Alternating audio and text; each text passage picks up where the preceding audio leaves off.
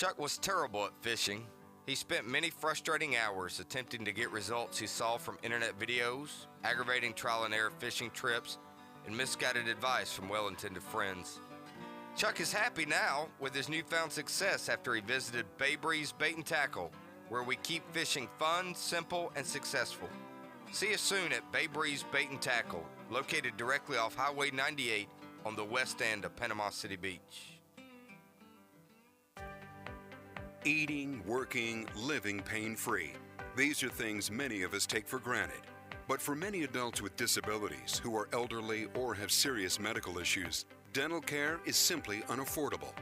Dental Lifeline Network is looking for dentists who can change this. DLN is asking dentists and their teams to volunteer to just see one of the many patients in need. You can literally change a life. When you volunteer with DLN's Donated Dental Services program to C1, you treat a pre-qualified patient in your office at your convenience. We handle the details so you can focus on the care.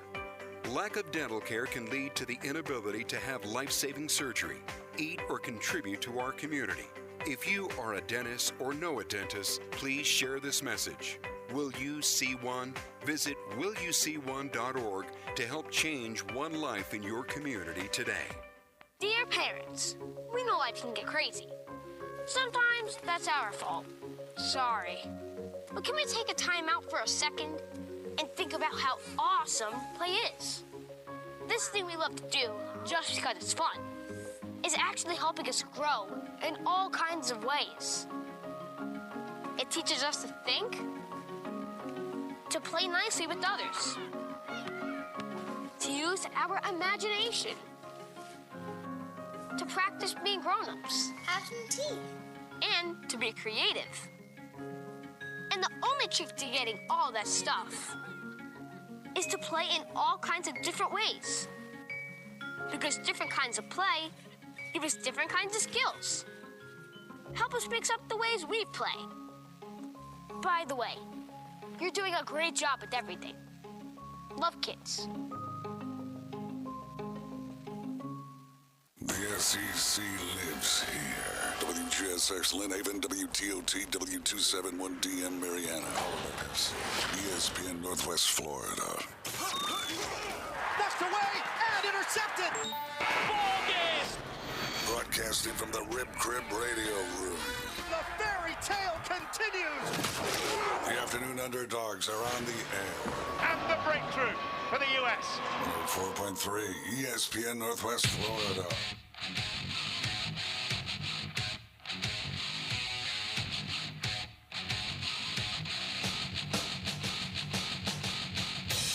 What's going on, Northwest Florida, man? We are here in the Rib Crib Radio Room on another beautiful afternoon. Starting to get a little hot out there, ain't it, Boston Tim? Oh, it's finally here, guys. Summer is right around the corner. I cannot wait.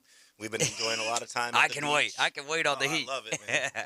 I can't wait on the heat. On Tuesday, the Celtics are going to smash the Heat. Oh my goodness, man! We've got a good series, a lot of great series. Cannot wait for playoff basketball to keep on rolling the way that it has. Disappointing game sevens, unless you're a Mavericks or a Boston Celtics fan. Not if you're just a basketball fan. I don't know if you had a whole lot of fun watching the NBA games yesterday compared to if you turned it on to the hockey games. Complete opposite. The complete opposite. Absolutely. Man, a lot of great stuff. Real quick here, we got to let the good times roll with ESPN Northwest Florida. You can listen and win free tickets to the Rudu Music Experience. This is in downtown Panama City this Saturday, May 21st. Gates open up at 11 a.m. Tickets are on sale right now for $15, $20 once you get to the door, but you can listen now. So win yourself a free pair of tickets. And for trivia today, what we'll do is, who's the only team in college football history to have a player selected in every single NFL draft? 850-215-6290. Saw it on someone else's Facebook page today, and I was like, I don't know if I would have guessed that. But then once you start looking through, it's like, okay, that is an established university, but crazy to think for every single NFL draft, This team put someone into the NFL. But let's sit there. Let's talk a little bit about this Mavericks Sun games last night. The obliteration of the Phoenix Suns last night, 123-90, and the final score really does not do it justice at all. Luka had 27 points at halftime. The Phoenix Suns had 27 points at halftime. So a couple of numbers to take away from this game here. Number 5. It's now the 5th time that Chris Paul has lost a series after going up 2-0, which includes last year's finals when they lost to the Milwaukee Bucks. He's the only player with that distinction in all of NBA history. Number 17, you want to take that one, Boston? Tim? Yeah, DeAndre Ayton played just 17 minutes. Of course, we know he was the number 1 overall draft pick. Was that the same year as Luka? Right? He was the pick before Luka. So very surprising to see such an unbelievable athlete only play 17 minutes in Game 7 on Sunday, his lowest in the playoff over his 35 career games. When asked why the center featured was so sparingly, including 0 minutes in the fourth quarter, Suns coach Monty Williams only said it's internal. Per Sports Illustrated. Yeah, so what do you think that is? Let's kind of dive into that, and we're not going to find out what the internal issue was at this point in time, but Pat Beverly making a lot of waves today, saying Chris Paul should have fouled out. That's neither here nor there, right? Because the referees didn't make the call, but he made some valid points there. But if you were Monty Williams, would have you tried to fit DeAndre instead of subbing out DeAndre Ayton, sub out Chris Paul and see what you can make happen? I mean, nobody on the floor for the Phoenix Suns last night was having a good game. No, not at all. But it's hard, even when they're not playing well in Book and CP3, to take them out of the game, especially with CP3's defensive abilities. Of course, we know his assist capabilities are bar none. There's second to nobody currently in the NBA. But his defense has also always been staggeringly exceptional, because he controls the whole squad. He's not just playing one-on-one defense. He controls everybody. He helps people move, slide, things like that. Very, very smart player. So it's really a hard decision, especially for somebody in Monty's position, to really pull somebody who's most likely a first ballot Hall of Famer out in the fourth quarter, Game 7. Yeah, a couple other numbers here. As I mentioned, 27. That's what the Phoenix Suns had at halftime. Luka himself had 27 points at halftime. Number 33. You got that one, Tim? Yeah, absolutely. Dallas' 33-point shellacking is now tied for the 5th largest margin of victory ever in a Game 7. It's pretty impressive. It's even crazier when you think about when you add the teams in there who won on the road. There's only 2. There's only 2 when it comes to teams on the road. I got more on that at 5:30 if we get to it, because I loaded us down with a lot of statistics and information for today, because, I mean, it's the NBA playoffs, and that's what makes it so fun, is kind of diving, looking at the numbers, feeling like, okay, I've got it. I got it pinned down. I know who's going to win this series. And then all of a sudden, you get to Game 7, and the Dallas Mavericks are mollywhopping the Phoenix Suns. Mollywopping. Mollywopping. Yes. 38. Welcome back to Boston. 38, 9.3, 8.8. In elimination games, Luka Doncic averages 38 points, 9.3 rebounds, 8.8 assists. He's got 4 must-win matchups in his very short career to this point, especially for the star-studded capability that he's shown. He scored 38, 46, 43, and now 35 points in elimination games. Dude's in another planet right now. And I can never use the words Luka's overrated again. All right? That's far and away wrong. But he is. There's something about him. Like, if you don't like him, he is a fun guy. He's not Draymond Green villain level, but shooting baskets and just laughing as he's running back down the court. Now, I do think that Devin Booker got under his skin quite early into that series, and that's kind of what we were seeing later on in this series. I think it's a possibility. It's hard to tell, It's hard for a real fan, for a fan or somebody that has been an athlete in their life, to look at it that way in a negative sense. When you're having a game like he's had and the game previous to that one, it's really hard not to smile. Yeah. You were, the statistics are against you. The people are against you. The news is going to think that is thinking that you're going to lose. Vegas is giving you terrible odds in that game. And not only do you guys come out and win, but like you said, it was not even just a shellacking. It was a mollywhopping. It was the entirety of the game. There wasn't really a point in time after the 3rd or 4th minute into the first quarter where it was really a game. Yeah. I got to be honest with you. It was on the TV, but Right. yeah, I Even was it- not paying a Even lot in of the attention Boston to game, that. there was at least a half that was interesting to watch. Yeah.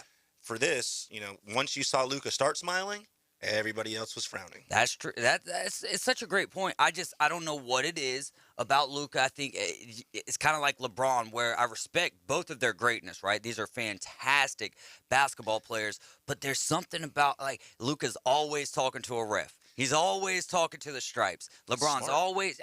It is smart. Don't get me wrong. I'm just saying. I'm pointing out where my problem is with it and why I put the tag of overrated on him. Where in all reality, the way that this dude's playing right now, he's underrated. Yeah. And you see Jason Tatum just put up 46 points, and there's a good possibility that Luka Doncic is still the best player left in basketball right now with these 4 teams. Oh yeah, right. You got Curry up there, you got Tatum, you got some unbelievable players, but the way that Luka carries his team, it's funny that you bring up LeBron James. It's very a la 2007 Cavaliers. Yes, it is. Where it was him and then who? Eric Snow? Ilgauskas and stuff like that. Venus Ilgauskas. Okay, great. Okay. So yeah, it's very similar to that. If somebody around All-Star break was like, "Hey, who's the number 2 scorer for Dallas?" You'd have been like, "Who's another player for Dallas?" Right? It's Luka and then Jalen Brunson. But I mean, I've heard until Brunson a little, you hear Finney Smith, but what's his real first name? Like, it's interesting to see. Dinwiddie finally broke out a little bit last night. Absolutely, and it really for this entire series, he's played very well. Yeah.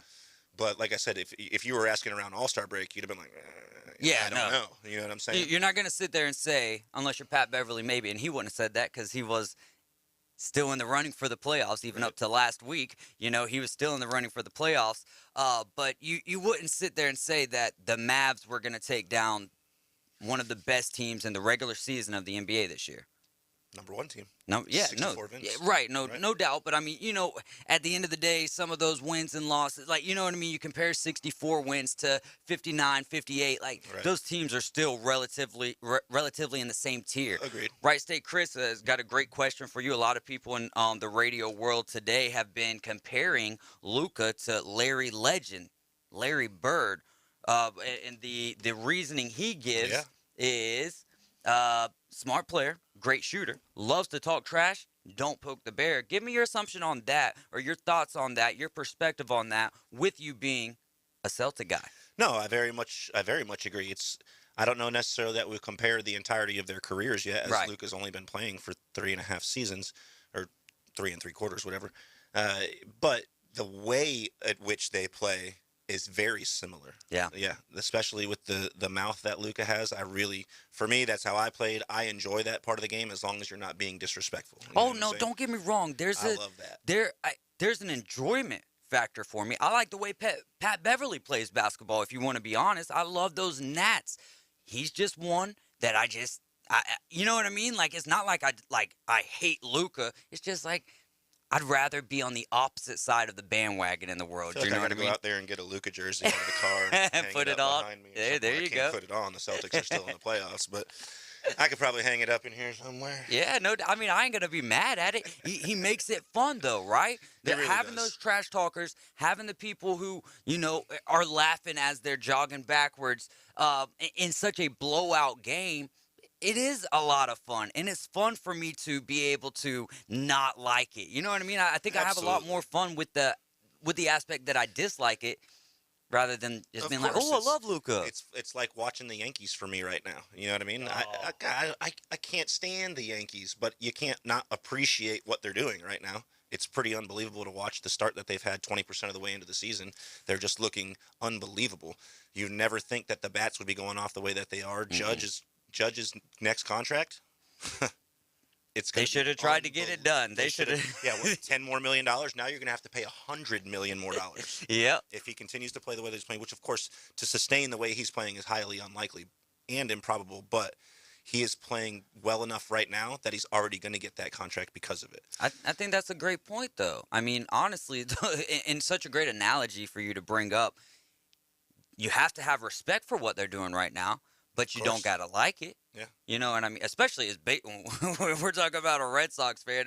If you're watching on Facebook, Blab TV, or YouTube, you can see he's Boston to the absolute core. So you're not gonna like anything New York. No, never. And but I mean, as a person who really truly loves baseball, the history of baseball, statistics, I've always been very enamored with the Yankees. You know, they haven't always, but they have broken so many records in their history, and they've done so many amazing things. Let alone, the players that they've had on their team. Two, three, four of the top 10 greatest players of all time coming from one team. Pretty unbelievable. That's about almost 15 minutes on Luka and the Mavericks. What about your guys, though? The Boston Celtics and the unlikely hero. It's like they said, Grant, we're going to leave you wide open. Do what you want to do. Right. What was the game plan there for the Milwaukee Bucks? Well, I'll tell you, the Vols, #1 overall, 8th consecutive week in baseball, looking fantastic. And to have a basketball Vol in Grant Williams come to us and play the way he's been playing, probably playing as the best Tennessee player in the NBA currently right now, it's really great to see somebody coming from a school. It's not necessarily a smaller school, but in the basketball world has been, and to show up the way he's been showing up this season's been unbelievable, and especially what we saw last night. Man. He when it's like this thing I was saying about Luka. Once he started smiling, everybody else was frowning. Yeah. Once Grant got the okay to shoot and felt comfortable doing it, he wasn't going to stop. Yeah, Jason Tato's like, don't expect that too often, or don't expect that to be commonplace, and you can expect that because, especially with a coach like Udoka, matchups are essential, right? That's paramount for the Celtics. Right, which was surprising to me to see in the post-game conference that he actually gave the go-ahead for the trigger, not only for Grant, but for everybody to shoot in excess of three-pointers in Game 7 because they weren't expecting it. And that's just not the way we play. It was very Golden State Warriors-esque. Yeah. There was a point in the second quarter where we were doubled up completely on three-pointers versus regular field goals, which is just unheard of for you to shoot 26 three-pointers and only 13 field goals. So, and y'all finished up shooting 55 of them. Right. What'd you make, 22 of them, I believe? 22. Yeah, 22 of them. So, and Grant Williams, who before this game and at Tennessee, you go back to his college career, was not a three-point shooter. He was not a three-point shooter. He never had taken, before this playoff series, 8 three-pointers in a game. He never made more than 6, and he never led the Boston Celtics in scoring. Yesterday, trifecta. Absolutely. Did all 3 of those things. And it's hard to do any of those things when you have 2 offensive superstars like you have in Brown and Tatum. Right. And both sides of the court for those guys, to be honest with you. But, yeah, when it comes to the offensive side, those 2 guys are really – the ball goes through them no matter what. And then bringing Horford back, he really just fell back into place like he never went to Philadelphia. He's very comfortable in Boston. So it's hard for somebody to just step up and be a presence consistently in a team where there's already 2 to 3 guys that are very, very well rounded. Yeah, but when you can do it at the most opportune times and still have you, because one thing I think that, especially if you didn't watch the games, the thing that gets lost in the sauce here is the job that Grant Williams would have to do at times when he was put up against Giannis. If Tatum was on the bench, who are they putting up against Giannis? Right. It's tough. Because while we do have the Defensive Player of the Year on our team, he's only 6'3". Yeah. So you don't want to go up against a 7-foot guy and expect to have the results that you've had through the duration of the season. Right. No, what a great point, man. So huge win for the Boston Celtics, and we're getting the finals that are in the conference finals. These are I take that back because I wanted Golden State and Phoenix, but as did I. I'm not mad about this one. It's always good to see underdogs come up. That's what sports are all about. Yeah, absolutely. Because now you're looking at Luka possibly winning his first championship. If not, Steph Curry and the Warriors dynasty gets revitalized. When was the last time that Boston won? It's been a little while since Boston's won, especially for Boston fans. Like 16, I believe. For Boston fans. I mean, this is coming from a dude who, I'm an Indiana Pacers fan, never been done. Right. You know what I mean? So I'm just speaking for from the perspective of a Celtics fan. It's been a while for you guys, and then Jimmy Butler to it just hasn't worked out for him yet, but it could very well happen. And then again, back to the Celtics, that trio that is forming over there, man, a lot of fun. 850-215-6290. Give us a call. Try to win some Roo-Doo tickets. All you got to do is tell me the only college football team that has put a player into every single NFL draft. We're going to take a quick time out. Be right back with Boston Tim. It was the 08 was our last championship. Sorry about that. Yep. Oh, man. That was a heck of an Eastern Conference Finals in that one as well. The most overtimes played in a conference finals in history. Goodness gracious. Loving the stats, man. We'll be right back.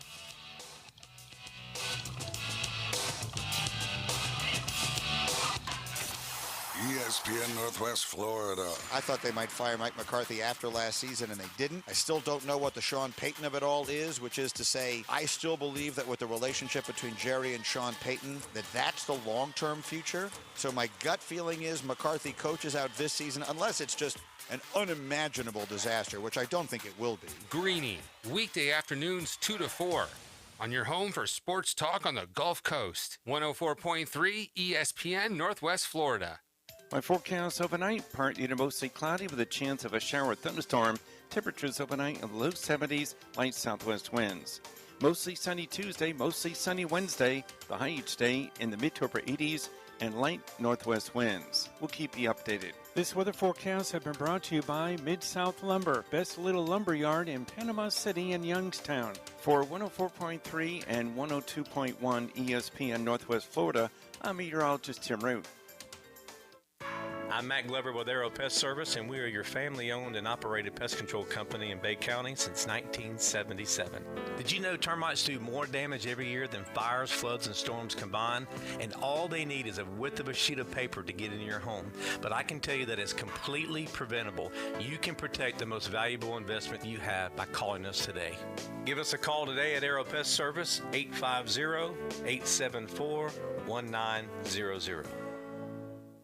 Golf Plus is your premier golf shop on the Gulf Coast. Not a big box or a chain store, but a local store with golf experts to serve you. An amazing array of demo and fitting products, plus a professional repair shop that can handle anything from a basic re-grip to a full set of re-shafts and everything in between. Golf Plus has locations in Dothan and Panama City Beach to serve you. Come see them today for all your golf needs.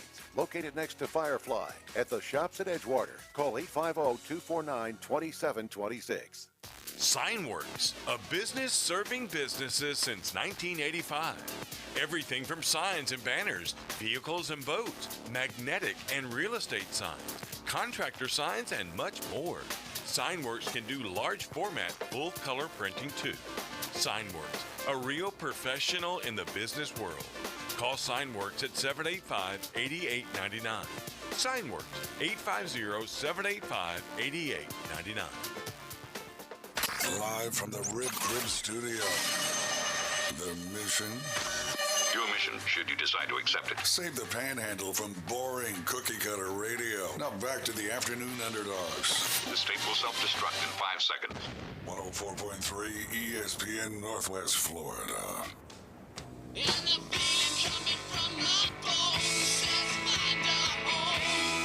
And we are back. This is the Afternoon Underdogs. I'm David Hayes along with Boston Tim.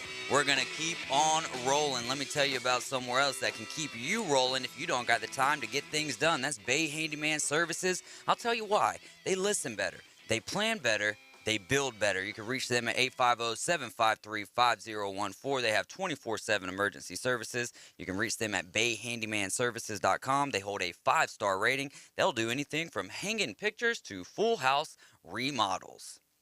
They're great, man. Ryan Phillips over there and those guys. And they also have the Tonka Truck Racing Team, so check them out on all of the same social sites. And you can even see them racing this upcoming Saturday up at the Tri-State Races, so check them out. It's a pretty impressive truck that they got there. That is some good stuff, man. I really hope that I can make it out there. We'll just have to see how this week plays out. Right, but I do have the intention to get out there and check it out. And you guys, oh man, I'm telling you, the Tonka truck, he sent me a video of that thing. It's bad to the bone, man. That thing is bad to the daggum awesome. bone. You'll definitely enjoy going out there to check them out.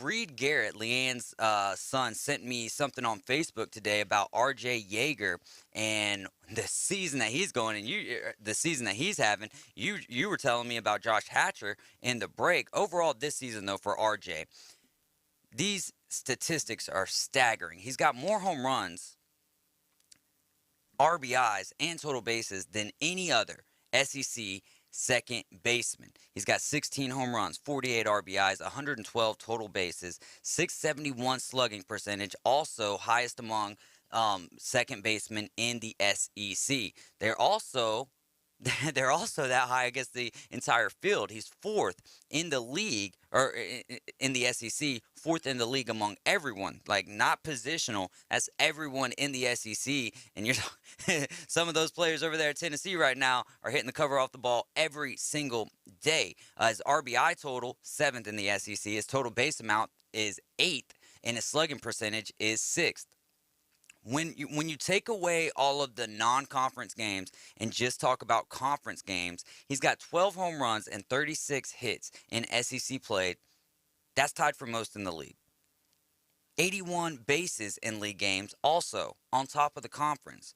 He's, this dude is awesome. We had him in the studio with us last year. He's a graduate transfer from Mercer, now playing with Mississippi State, and they're playing decent baseball, but what RJ Yeager is doing right now is, wow, big time numbers out of the SEC. His paces are as a full-time second baseman, in SEC only, batting average with a 343 batting average, 771 slugging percentage, 30 RBIs and 9 doubles, man. So RJ Yeager, what's going on with Hatcher? Hatcher's having a great season. You know, we discussed it a couple weeks ago. He was the first person in NCAA history to have two. What did he have? I'm losing it here. Two single, double, triple. Oh, cycles. Cycles. Thank you. Two cycles in the same week. In the same week. Yeah, very, very impressive. There's guys that's been playing for 20 years in Major League Baseball and haven't done it in their career. In one of the two cycles, he had a grand slam. He had an additional one that same week, but not as a part of the second cycle. So very impressive. He's also 12 hits away from breaking the NCAA record in doubles. He needs 12 more doubles in the last 5 games, a very strong possibility the way he's been playing. He's hitting .384 this year, so he's doing very well. He doesn't have a high slugging percentage. He's not a great slugger. Mm-hmm. He's an on-base kind of guy. 11 steals this year. He's only got 30 strikeouts. He's looking great. His slugging isn't terrible. Don't get me wrong. He's still batting over 600 slugging. Yeah. He's just not a phenom when it comes to it. He's not a long distance hitter like you want to watch the highlights for. But I don't know. Depends on who you are. Because I love on base. I love guys who run. I love on base percentage. Don't get me wrong. I love the flashy fly, Acuna, Tatis. Those guys are a lot of fun. But if I'm coaching a little league team or a high school team, I'm not pointing at the flashy guys. I'm pointing at, look at these guys who try to do everything right. And, you know what I mean? Physically talented, yes, but they had to work their tails off to get to that point. Not that the other guys didn't, because to get to the top of the league, to get to Major League Baseball, the work that it takes, you can have all the talent in the world, but that doesn't mean that, like, it's not going to give you a pass on your work ethic. Absolutely. Now, I wanted to get your take on this. So sticking with college baseball here before we get to NASCAR with Dr. Tom. Texas A&M, I just found out about this today on Twitter, but Texas A&M has canceled a game against Incarnate Word to save their RPI, which is Rankings Percentage Index, in hopes of hosting a regional. Now, if they were to play a lower ranked team in the RPI ranking, it could, even with the win, could still hurt their RPI. Do you think that's right for college baseball? I mean, you make these schedules ahead of the year. Why cancel them now in an effort to host a... I get how important that is, and it's not against the rules. That's the first thing. It's not against the rules, but come on, man. Like, play the games that you schedule to play unless weather's a factor. Right. It seems a bit shady to me. You know what I'm saying? It doesn't seem right. You know, if we're making these schedules, I think they're doing almost 10 years in advance now. Something absolutely ridiculous. But it's like now, these games were not 10 years in advance. They were right before the season, or about 4 months before the season. Okay. So, but either way, if it's just like, I don't know, if you sign a contract to do something, you need to fulfill that contract. Yeah. And that's very much the similarity I'm seeing here. And they're just not doing that because they want to do something that's going to benefit them in a way that other people's aren't doing it, right? Yeah. A lot of teams could go in there and nix out a couple games and make their rankings a little bit better. Yeah, well, How about you earn it on the field instead? Well, because if you were scheduling harder opponents at this point in time of the year, the caveat, I think, or the difference here with Texas A&M is that they weren't expected to have the season that they've had to this point, and so they probably weren't thinking about games later on in the season that could potentially, even with the win, hurt their RPI. Now, I think that maybe there's a better ranking system out there. It's a lot of teams that get into the college baseball regional tournaments and all that stuff, and it's a great fun time of the year. But I don't see, you know what I mean? Like, if this was college football, there would be outrage. Right. And that's like you said, if they thought that since they're having such a season, unexpectedly great season, that they should be able to go in there and do that. But why? Just continue on with your season, finish up strong, put a shellacking on those guys. Put a shellacking on them. Move yourself up the rankings with the score, not by pulling strings. The Atlanta Braves taking on the Milwaukee Brewers tonight in Milwaukee. Coverage starts at 6 o'clock. First pitch at 6:40. We got Ian Anderson going tonight, 3-1 record, 4.20 ERA versus Freddie Peralta with a 2-1 record with a 4.40 ERA. Acuna is not in the lineup tonight, day-to-day still with groin tightness. Travis Demeritte is going to be leading us off, and we'll just have to see what happens, man. It was not a very successful series against the Padres. Things didn't go our way necessarily, but it just is what it is, man. You're talking about, and we're going to get to this at some point in time during the show today, but the Cincinnati Reds, right, and the debacle that happened yesterday while losing and throwing a no-hitter. You know how many series that the Cincinnati Reds have won this year?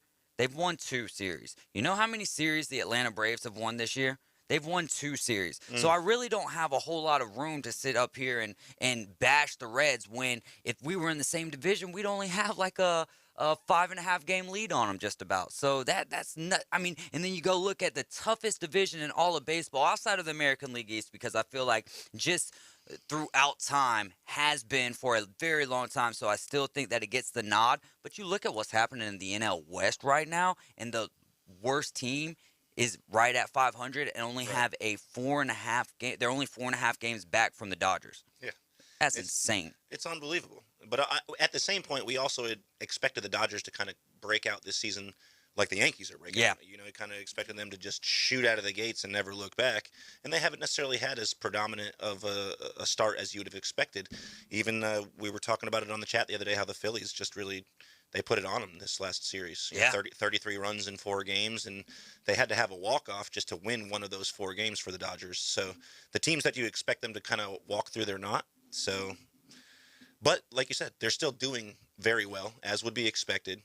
I think you hit the nail on the head, though. Exactly. Just the way that they're almost considered an all-star team within themselves. So when you don't see great play out of them, it's surprising. When you run down the roster, and especially barring injuries, which I don't think they're dealing with a whole lot of that right now, outside of not having. But Trevor Bauer's not playing for them, probably ever. You know what I'm saying, though. I would be surprised if he comes back. Right. So you look at the roster though, and it's like, yeah, you got a nice one over there in New York, but what you're seeing on paper for the Dodgers is just that shouldn't be allowed, but that is the game of baseball. We're going to take a quick time out, and we're going to find out about what Michael Jordan did in the world of NASCAR yesterday.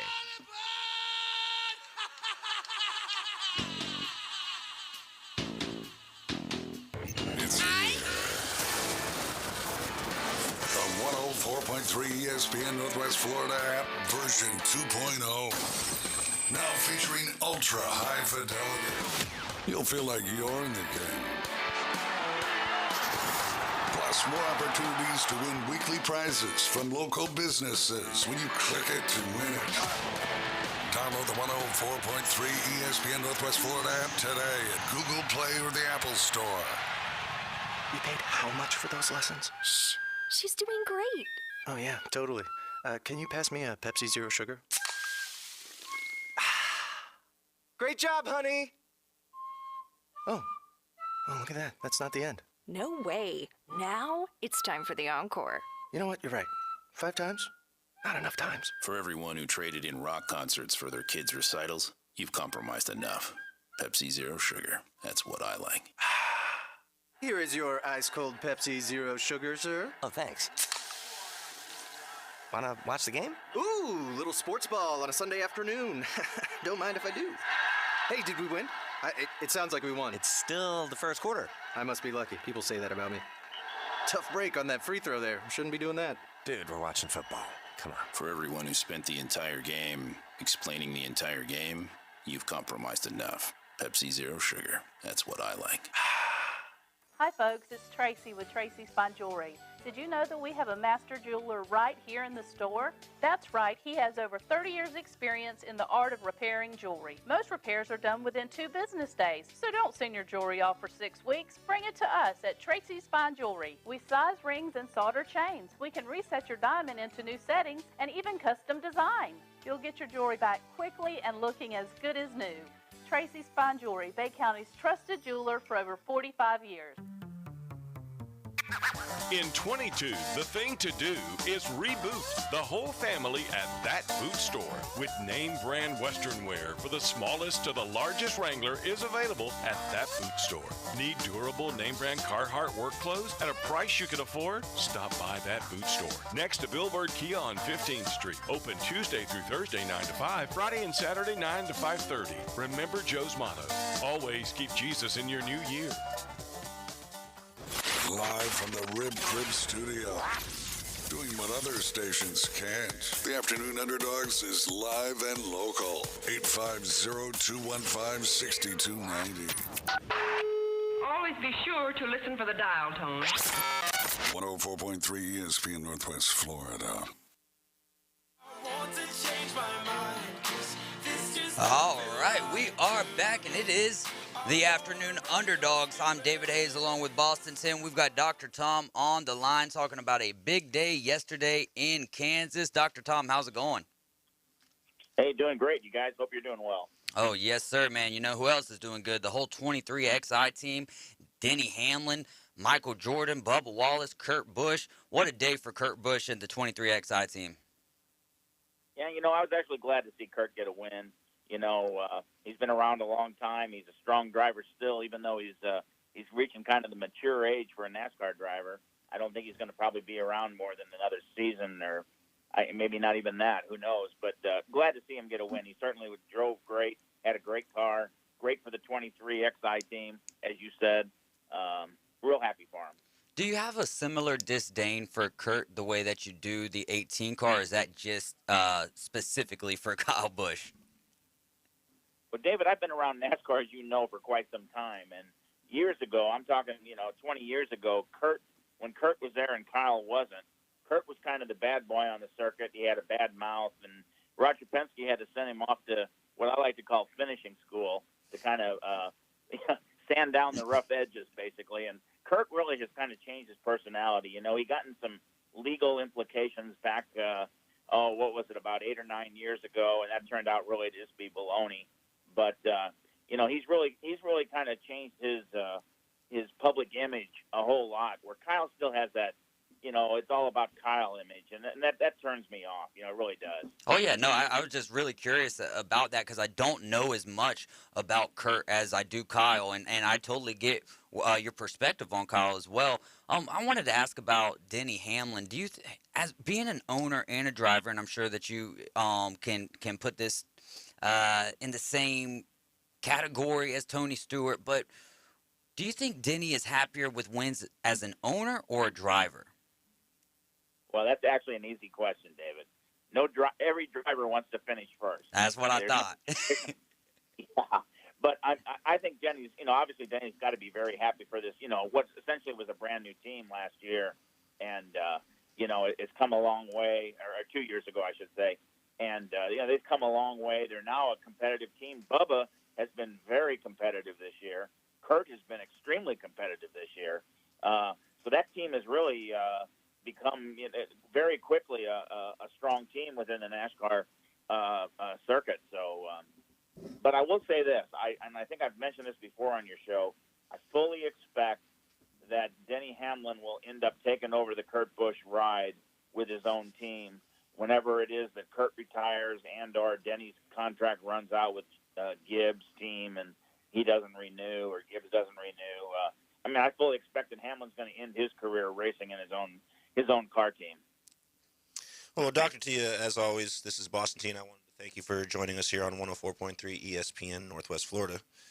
I wanted to step away from the track for a second and see if you could kind of educate some of us more fair weather fans about the power ranking systems. It came out earlier today, and we saw Christian jump ahead of Chase Elliott, even though he's done really well. had that big tire blowout there and kind of hindered his points and kind of dropped him down to second place. I just want to know if you could give us a couple, a little bit of information on how the point system works for the power rankings.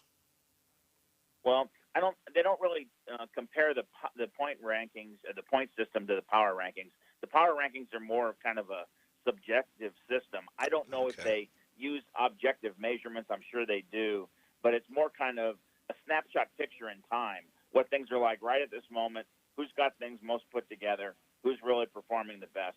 There's no doubt that Ross Chastain has had a very, very good year and likely will continue to. I fully expect it. I've mentioned on your show before that, Chastain and Reddick are probably among the young guys. They're two of the strongest. Christopher Bell, I got to include in there too. They're going to be the faces of the future. And so that the power ranking is kind of like a week to week, kind of just like the NFL does. They look week to week and say, all right, who's the strongest, and who's the weakest, basically. Yeah, and that was another portion of the question that I was going to ask you is, you see the names like a Christopher Bell and Bowman, Byron, and of course Chastain moving up, and you see the other bigger names like the Bushes and Larsons and Truexes moving down. And I wonder who you think might be the next big racer besides a Reddick or a Chastain that's going to be coming up here soon, or is currently just now moving into the Cup Series. Well, I think there's no doubt, as you picked up on, as I said before, Reddick is going to be up there. I mean, Reddick has been very competitive for probably the last 6, 7, 8 races. And I've said on your show before that he's due for a win, and I fully expect him to get a win before the end of this season. In terms of up and coming for the future, I think you've got to include Austin Cindric in that crowd. He got the win at Daytona back in February. That's just like Talladega. It's kind of who's going to be in the catbird seat on the final lap, and he was, and he got the win. But he's got excellent equipment with the Penske team. He's got a lot of talent. And, this is only his second year in the Cup Series, and he's already proven to be a contender. So, I look for him to do quite well also in the near future. Yeah, he just missed a top 10 finish the other day. It was a good race for him. Probably one of his better races outside of Daytona, like you said. I agree. Yeah, so Dr. Tom, outside of Kurt Busch yesterday, a lot of teams were making mistakes on pit road. You also had no Fords inside of the top 10, just filled with Toyotas and Chevrolets. Is that a track thing? Is that a driver thing? Or is that a next-gen car still dealing with some of the elements of that car? Well, I think it's a combination of everything you just said. And what you usually see whenever they switch to a different prototype car, every manufacturer thinks that the odds are stacked against them. So obviously Chevy has done quite well so far this year. Toyota has done fairly well. Ford maybe had a little more struggles. So Ford thinks that they have an aerodynamic disadvantage, and they'll complain to NASCAR and try to alter the rules. And this goes on all the time. Don't never count Ford out. I mean, they'll be back up there. I'm quite sure, and it'll be quite competitive for the rest of the year. What'd you think of the lap where Kurt Busch did get around Kyle Larson? Yeah, that was pretty neat. It took him a couple turns, and it was solid racing. I mean, that was some really good side-by-side, drive it deep into the corner. Larson's a master at running that high line. He can run any line, to be honest with you. But Kurt, and I consider Larson one of the best drivers on the circuit. And Kurt's been around a long time. He's a veteran. He's a past champion. He's got plenty of wins under his belt. And I'm sure he had to feel good to take on, one of the new coming stars of the sport and do so well and pull off the victory. So I tell you, I got to say this real quick. You got to say this about the Kansas Speedway. They go 3 wide into what is not a real wide speedway. And there was even a couple times during that race where they went 4 wide. And I'd also like to comment, if you don't mind, about what happened with the Richard Petty car. Did you guys see that? No, I'm unaware of that. They had with these new spinner hubs, with a center-mounted spinner hub, like a open-wheel car, like an Indy car or a sprint car. NASCAR transitioned to that this year as opposed to a 5-lug-nut traditional automobile car. And they've had a lot of struggles with that spinner hub issue for the whole season. And I presume what they did is they must have cross-threaded the spinner hub on the right rear tire of Eric Jones's car, and they spent 8 or 9 or 10 laps in the pits with a 5-inch breaker bar and two great big guys trying to get that spinner hub off. They finally had to bring out a chisel, and they brought out a power saw, and I can only imagine how much frustration there is. And I think NASCAR is going to have to spend some time, not only during the season, but especially in the off season, trying to address this issue, because it's been a problem for a different team almost every weekend of the sport. But that was probably the worst example was yesterday. Oh man, that's got to be painful as the driver, as the as the crew members, the pit crew members, having to deal with that, and you're just losing ground the whole entire time. Let me ask you, Dr. Tom, which generation are we on right now? How many different cars have we had? And let's just say since the 90s. Oh, well, that's a good question. I'd have to go back and look through it, David. I can't give you that off the top of my head. But, well, so I guess my question is how long, like, what is the normal acclimation period? Is it a season? Is it 1 or 2? How does that normally work? I would say it's the acclimation. That's a great question. The acclimation is probably, it's no more than a season, may even be a half a season or 2/3 of a season. I think we're already close to that acclimation and getting very close to the teams being comfortable with it and the drivers being comfortable with it. If you notice these cars, they can jump sideways and they're able to correct it, which that's not something you saw in the past. Once somebody got, so far out of center with the rear end, that car was going to come around. And it seems like these cars, because of that aero deflector diffuser on the back underside of the chassis, it seems like they've got the ability to rescue that car a lot more. And that's a real positive thing. That's a lot of driver input, and I've seen some tremendous saves where guys had a solid spin and they either straightened it out, or they kept it off the wall. More importantly, and didn't damage the car other than flatten the tires and come back in and get a new set. So, it's a growing thing. It'll take a while, but I think we're gonna, before the end of the year, everybody's gonna be real comfortable with this car until NASCAR makes more changes in the off season. How's that? That sounds like a great answer to me, Dr. T. Dr. T, we got, the Indy 500 coming up soon, only 2 weeks away. What are you looking forward to most about the Indy 500 this season? Well, first of all, that's my favorite weekend of the year, guys. That's Monaco in the morning, Indy 500 over lunchtime in the early afternoon, and then the World 600 in the evening. If you're an auto racing fan, that's the best day of the year. In terms of the Indy 500, they finally filled the field with 33 cars. They were struggling. They only had 32 cars.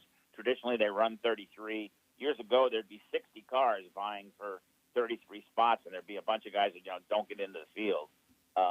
This year, they struggled to fill the field with 33 cars. You got to look at the routine favorites, Ganassi, Penske, and Andretti hasn't been quite as strong as they have been in the past, but I would never count them out. I'm real frustrated with the Foyt team. It seems like the Foyt team, I think AJ's running a driving school, because he gets these young people that I suspect somebody's putting money up to get them a ride, and they don't have experience and they just don't do well. And I'm sorry to see that. But I look for the Penske cars, obviously, to be strong, Ganassi cars to be strong. McLaren has really come on strong in the last 2 seasons with Indy cars. So it's going to be a good 500 this year. Obviously, Jimmy Johnson's going to make his first attempt.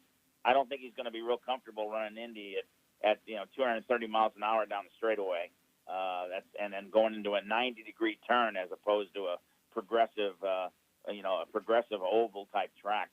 Indy's a 4-corner track as opposed to 2 ends of the track. So I always love Indy. I love the tradition. I think some of the best part of is the preparation, getting up to race time. With the music and the fanfare. Fans love it. I think it's likely, I believe, to be the largest attended sporting event in the world. Yeah, it's pretty unbelievable. I thought I read somewhere that they seat over 400,000 there. Is that accurate? Yeah, I think that's maybe pushing it a little. I think they might get 400,000 counting the people in the infield. I think they can seat around 3 to 350, I believe, and I don't know that exact number, but either way, it's massive. Yeah, and the place is huge. You've probably seen these schematics before that you can fit like 11 or 12 NFL football stadiums inside the racetrack.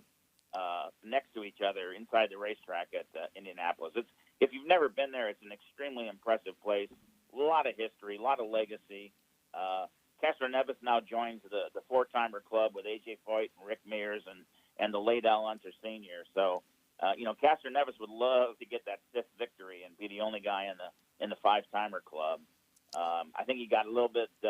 He had a combination of skill and luck last year to pull that out at the end. But he raced hard and he did well. He got the win and joined the four-timer club. And he's a great guy. So I love that day. I can't wait for it, guys. Well, Dr. Tom, can't wait to catch up with you next Monday after the All-Star race, and then we'll talk a little bit more next week about who's going to be drinking the milk in Indianapolis.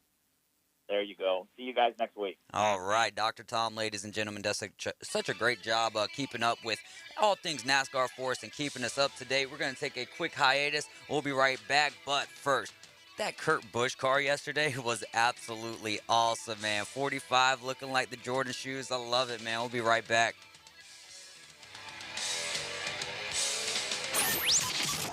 ESPN Northwest Florida. Here's what's happening. Have you seen the new ESPN Northwest Florida billboards across Bay County? Take a picture of one of our big billboards to win a big prize pack. Post the pic on Facebook and tag ESPN Northwest Florida for a chance to win. With 11 gift cards, you'll be eating, drinking, shopping, and going on adventures all over Bay County for free. Find out what else we've stuffed inside this mega large prize pack at ESPNPC.com. My forecast overnight, partly to mostly cloudy with a chance of a shower or thunderstorm.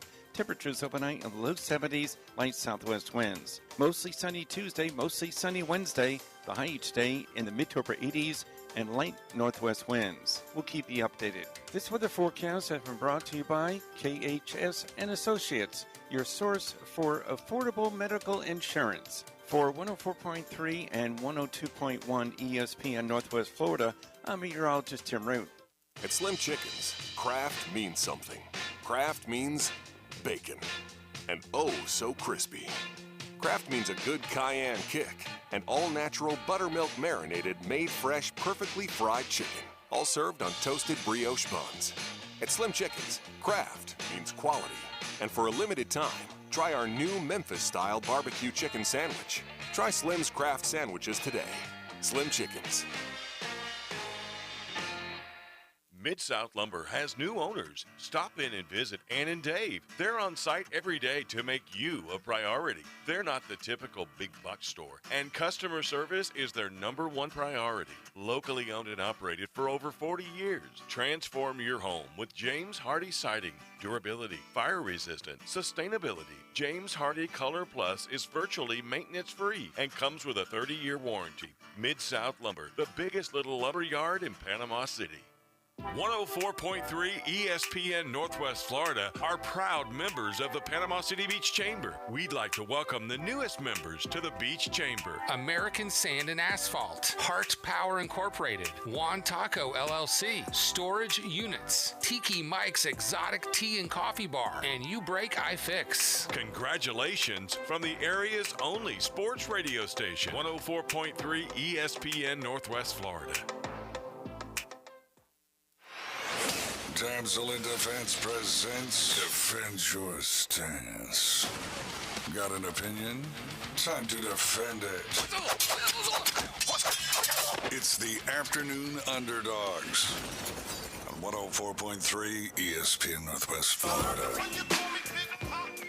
Throw your hands in the air if you's a true player. And we are back, and this is Defend Your Stance, brought to you by Emerald Coast Damsel, Independent Damsel Pro for Damsel in Defense. June 4th and the 5th, they will be at the Bay County Fairgrounds. That's Rick Nowalinsky, our Caveman Rick, Michelle Nowalinsky. They do such a great job. We pity the fool who doesn't use our tool. Let's get over to the phone line now. We have Kathy on the line who's got a question for Boston Tim. Kathy, you're on the air.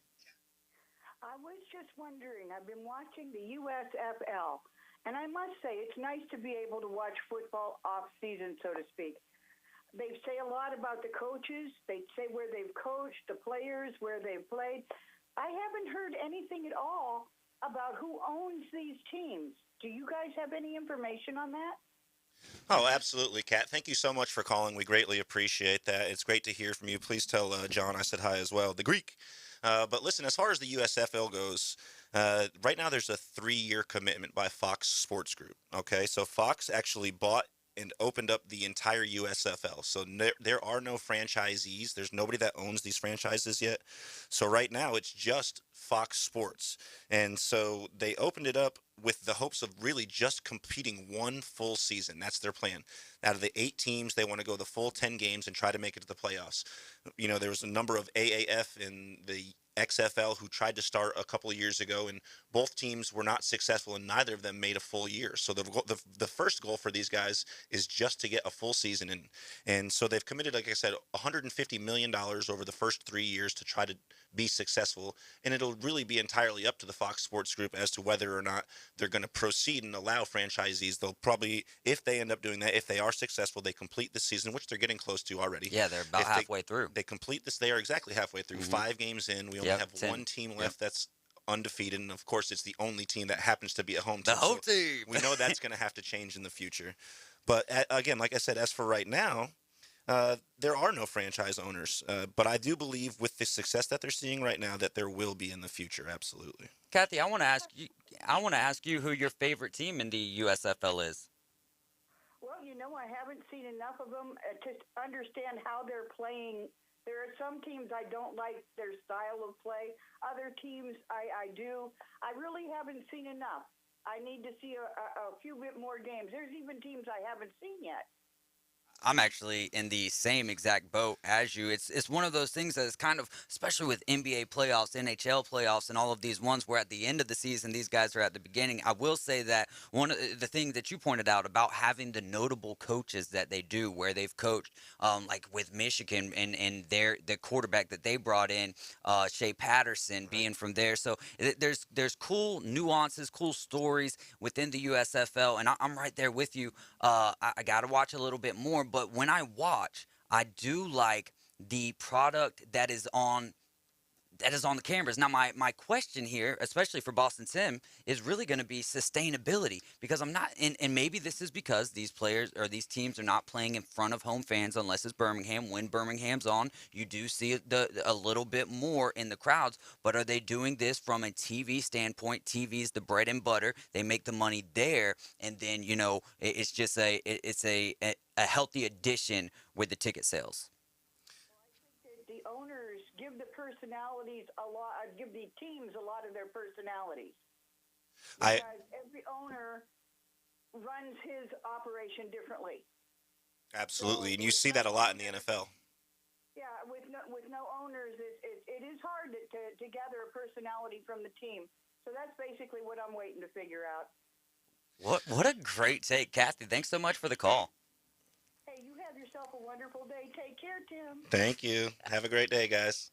I love that, because that was great introspect. You know what I mean? A great perspective on that league right now. And it's funny because the other day, I forget where I was. It was some last weekend, and I forget where it was. Maybe it was Nature Walk or something, and they had it playing in the golf course, and I was like, or playing in the clubhouse of the golf course, and I was like, man, I'm liking that people are having this on. It is a good brand of football. It's doing some cool things, especially with the 2-point conversions, 3-point conversions, and all of that good stuff. Right. I love that. In fact, they are innovative, right? Because they're trying to unionize with the sport of football, essentially, right? Like, trying to unite, not unionize, unite with the sport of football. So I think it was either this last week or in week 4, Coach Fisher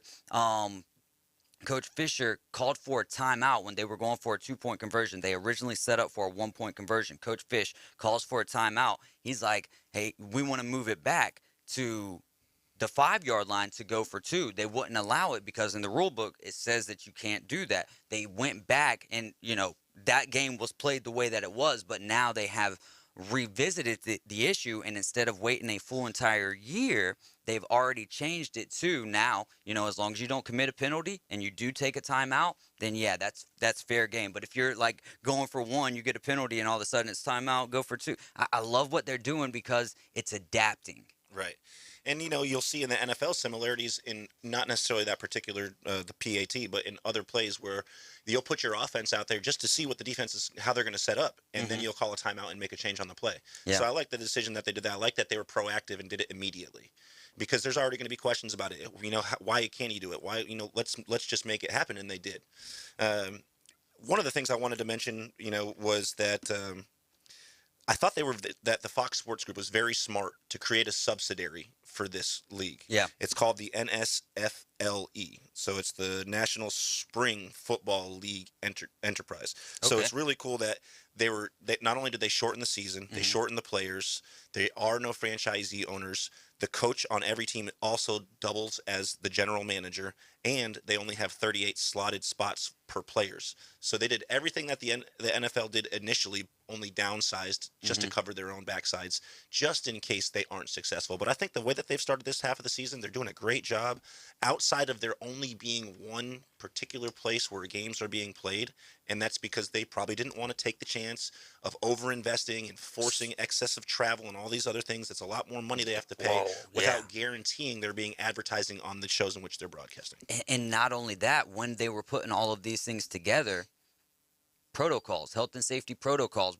So I remember when Michigan Eddie basically broke the news to us anyways, because we were in the middle of the show when they came out and said that they're going to be playing all of the games there in Birmingham, and I had mixed emotions about it because one, yes, it does puts the product on television, right? And you can get your fan base normalized with them, create the brand, right?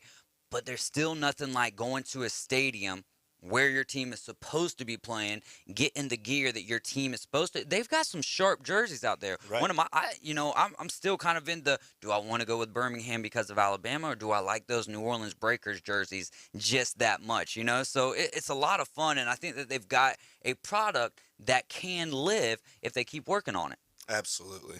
And like we said, there's always the opportunity for them to bring more money in by selling off the teams as franchises, by expanding the size of the league and putting more money into it. You got to spend money to make money. Got to spend it to make money, man. That is so true. We're going to take a quick time out. When we get back, we're going to be going into some of the NHL and NBA playoff series, giving you guys our opinion on who we think is going to win and so much more. Stick with us.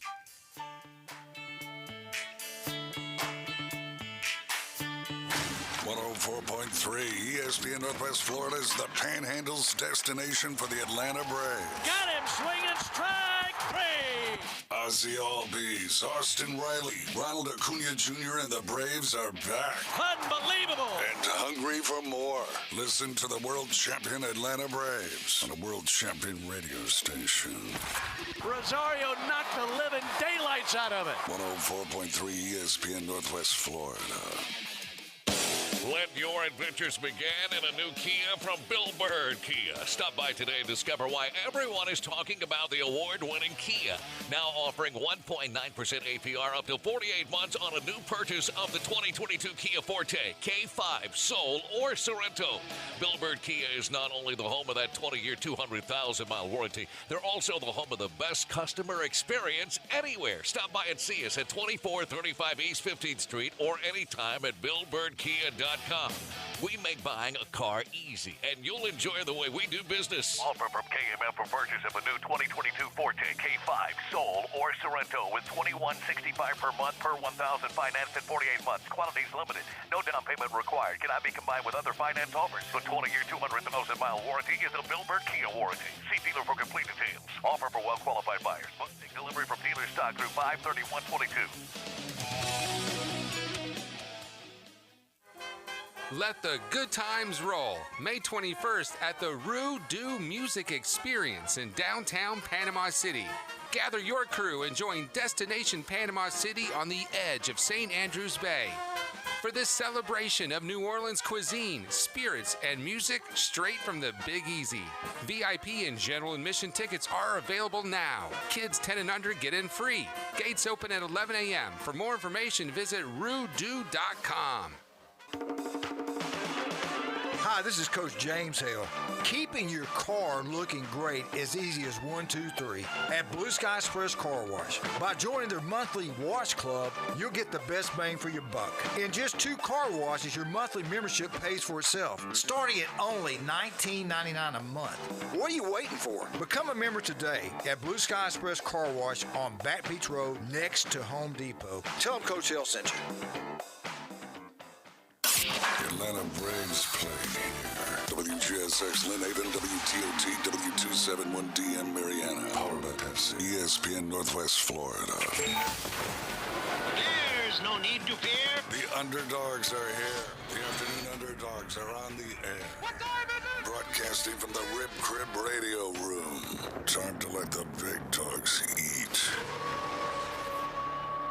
104.3 ESPN Northwest Florida.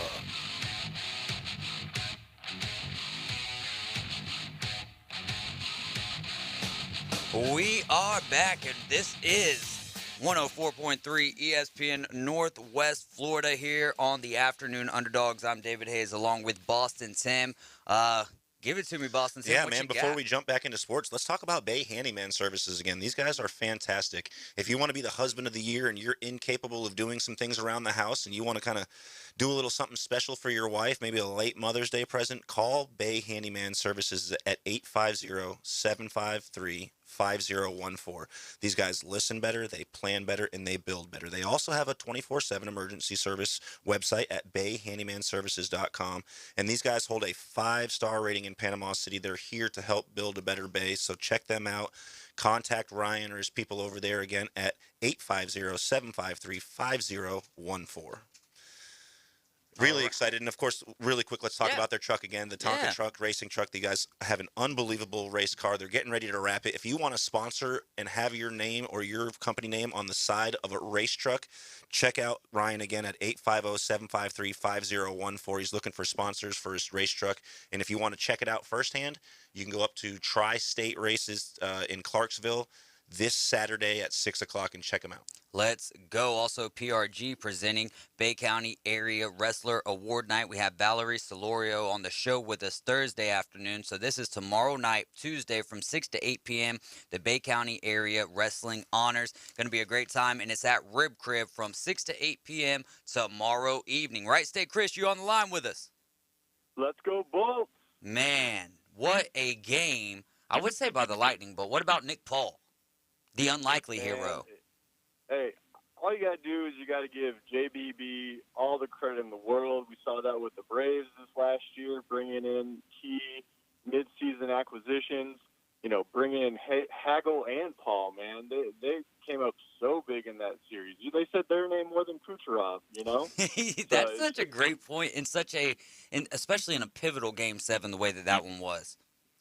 Oh my gosh! And then it comes. I was worried after Game 5. I felt like Vasilevsky. I can't say he let us down because he's a Conn Smythe winner. He did all this for us, but I felt like Game 5 we kind of gave it away. I was getting worried. I was like, that didn't look like the Bolts that we had seen the last 2 years. But they really came out Game 6 and Game 7 with that champion mentality, and you could just tell that it meant a lot more to them. And I'm not taking anything away from the Leafs, but you can tell who the last 2 Stanley Cup champions were in Game 6 and in Game 7. It was unbelievable. Yeah, they stood tall. Vasilevsky even said that was, those last 2 games felt like it was actually the Lightning playing playoff hockey at that point in time. So, yeah, he stood on his head in the last 2, and he needed to in Game 7. But what do you think is going to happen in this next series without possibly for the entire series, but definitely doubtful for Game 1 right now with Braden Point? I was not ecstatic. I was not happy with that hit there on him.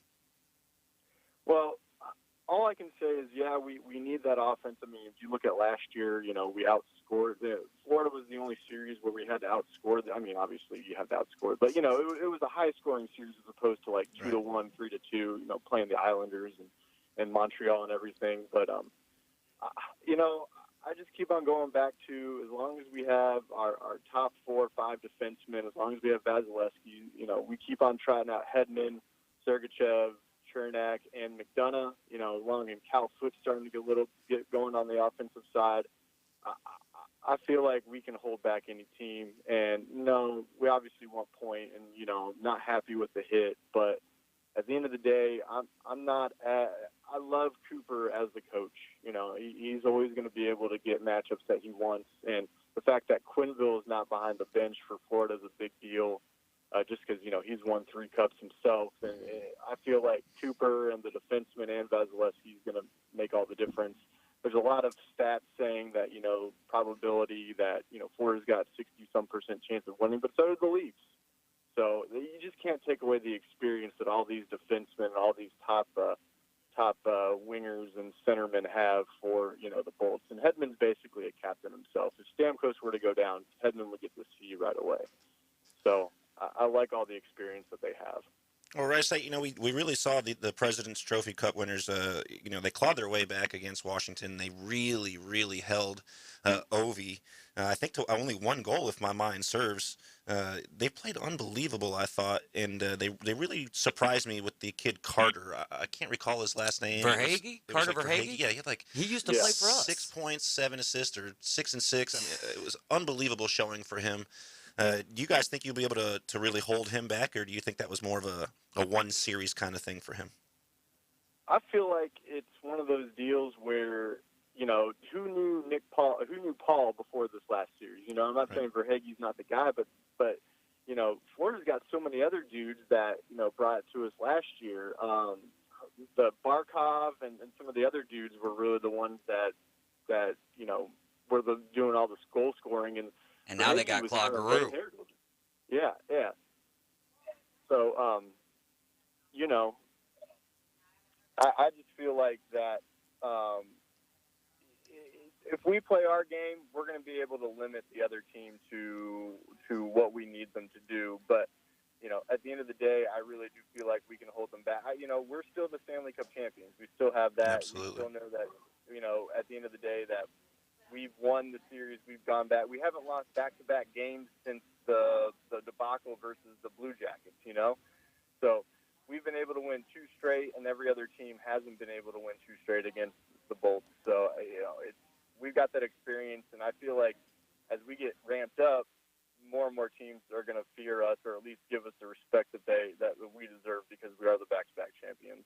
I'd much rather them overlook us, though. That makes it a lot better. Now, one of the things that I find interesting here, and I'll toss it back over to Boston Sam, but their goalie in Sergei Bobrovsky, who really stepped up later on in that series against the Capitals, but we've absolutely owned them. We owned them last year in round 1, and that was, man, what a series that was last year. If we get 75% of that series, and this one coming up is going to be a lot of hard hitting and still a lot of skilled hockey going. But just in the regular seasons, he hasn't posted a save percentage over 900 on us. Right, and I was going to mention the same thing. If you guys are going to win this series, you're going to have to jump out early, because when it comes down to close games, you saw it in that last series. They won 2 in overtime, and then they won another one by 1 goal. So if it comes down to being close games, it's going to be a lot tougher for you guys. But if you play the way that, like he says, if you guys play your game, you're more than capable of putting up 4 or 5 goals, and it's going to be tough for them to do the same. Right, State Chris, let me ask you real quick here. Outside of the Lightning, and because we've got so many great storylines within all 4 of these playoff matchups, outside of the Lightning and the Panthers, which series are you looking forward to the most? Are you going to stay in the East with the Hurricanes and the Rangers, or are you going to look out West? I'm definitely looking out West. Everyone's been talking, the Avalanche have been that up-and-coming team, it seems like, for the last 4 years, and they always seem to, for lack of a better term, crap the bed at some point in time, never make it to where they need to. The Blues won the Stanley Cup a couple years ago. I feel like that's going to be a great series, and no one's really talking about the Blues outside of people from around the Missouri area. So I'm really looking forward to that contest right there. Can St. Louis hold Colorado down on scoring? Colorado's got so many skilled players, and so are the Blues going to be able to do that? And, outside of the battle, you got the battle for Florida, and you got the battle for Alberta. Alberta. Yeah. You got one contest that's an actual historic matchup, and then you got the new school NHL and the state of Florida that's really dominating the East. But like I said, I'm really looking forward to watching the Avalanche play the Blues, and I hate to say it that at the beginning of the playoffs with Game 1 with the Leafs, I was excited, but you could just feel like, Tampa Bay wasn't necessarily in it. The playoffs have stepped up. These are going to be some outstanding series. All the games except for a couple of them went Game 7. The NHL's really got it going on right now. I just hope people out there are willing to give it a try. I mean, you had two of the greatest hockey games last night in the Penguins and the Rangers, and then following up with that in Dallas and Ottinger just standing on his head is not even that's not a fair assessment of what he did last night in a 67 save performance, even though he gave up 3 goals. But just that. That was a lot of fun. That series in general was with the Flames and the Stars. You you want to stick on the line with this and pick the series? Sure, no problem. All right, let's get into the Rangers and the Hurricanes. Boston Tim, who wins the series? How many games? I like the Hurricanes in this one. They're just playing great. They did very good against Boston. Unfortunately, we were capable of stretching it out, but couldn't get the W there in Game 7. I really like Carolina to power through the Rangers here in 6 games. 6 games. What you got, Right State?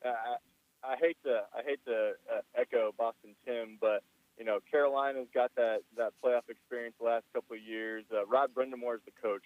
That's correct, right? He's the head coach of the Hurricanes, I believe. And, yes, right. He's been at the bench for a couple of years too. I really like the tenacity that the Hurricanes have. They gave the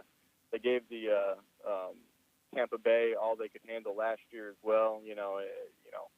Got out of hand a couple games, but I think 6 as well for Carolina. I want to say Carolina in 5, but I think that the Rangers, even though they're playing a beat-up Pittsburgh Penguin team, I feel like they've just got something kind of going this year with that goalie. What's his name? Shesterkin, Igor, and he had a heck of a year this year. Didn't have the greatest first round of the playoffs, but if he could bounce back, I still have Carolina winning. My only question is, will I go 6 like y'all, or will we get 7 out of that one? And I got to be honest, I think that it's a 6er just because I don't think that the Carolina Hurricanes are a really good team. So let's move on to the next one. This is my favorite out of, take out the Lightning and the Panthers. This is my favorite series. The Battle of Alberta. Edmonton, you got McDavid, who was like 6 years away from being born the last time that these two teams faced off in the Stanley Cup playoffs. I think this is going to be a great one. The only thing I want to see different is I want to see Edmonton wear Edmonton Oiler jerseys. You got the Calgary Flames looking like the Calgary Flames, and Edmonton looks like a midnight version of themselves. They're wearing the alternate jerseys a lot. Wear the oldies. Make this series great. I've got Edmonton going. No, I'm not going Edmonton. They got the best player. But I'm going Calgary. I say, just relax. I'm going Calgary, but this one is going 7. Yeah, I mean, they do have Drysdale and Kane to back up McDavid, but they need a much stronger supporting cast. Between those 3 guys, they accounted for 59% of the scoring, of the team scoring in that the last series that we just saw. That's just incredible. You have to have more players doing more on offense for you. And we're seeing the complete opposite out of the Flames. They're just playing phenomenal. They look great. They powered through the Kings, especially in games 2 and 3 with pretty unbelievable defeats. I think 6 or 7 goals in each one of those. For me, it's going to be a shorter series than this one. I like Calgary to win in 5. Ooh, Calgary in 5. Let's go. What you got on this one? Right, State? I just heard that Evander Kane put all of his money on the Flames to win. I'm just kidding. That would have been terrible. No, to be honest, unless Jerome McGinley's playing for the Flames, I don't know too much about the Flames this year, but I know that Edmonton has Connor McDavid. So I'm going to go Edmonton in 6, just out of ignorance. I apologize. Oh, well, I'll give you one player that you're absolutely going to know on the Calgary Flames, Blake Coleman. Oh, no. Yeah, exactly. Hopefully he and his Texas-based wife didn't mind the winters up in Calgary this year. And you also, on the Rangers, you have Barclay Goodrow, which was one of my favorites. So you got Calgary in what? I got Calgary in 5 and 6. Calgary in 6. All right, moving on quickly here. We all got the Lightning, but what do we have them at? Right State, Chris, lead us off. All right, I'm going to go Game 7. I realize that it's going to be home ice advantage for the Panthers, or the Cats as I'm hearing them called, but I'm going to go Tampa Bay in 7. You have to beat the champs, and I just don't think that Florida has it this year. All right, Boston Sim. I'm the opposite. Vasilevsky is not playing the way that Vas plays, right? We're looking at a .897 save percentage in the series. with 0.15 goals saved above.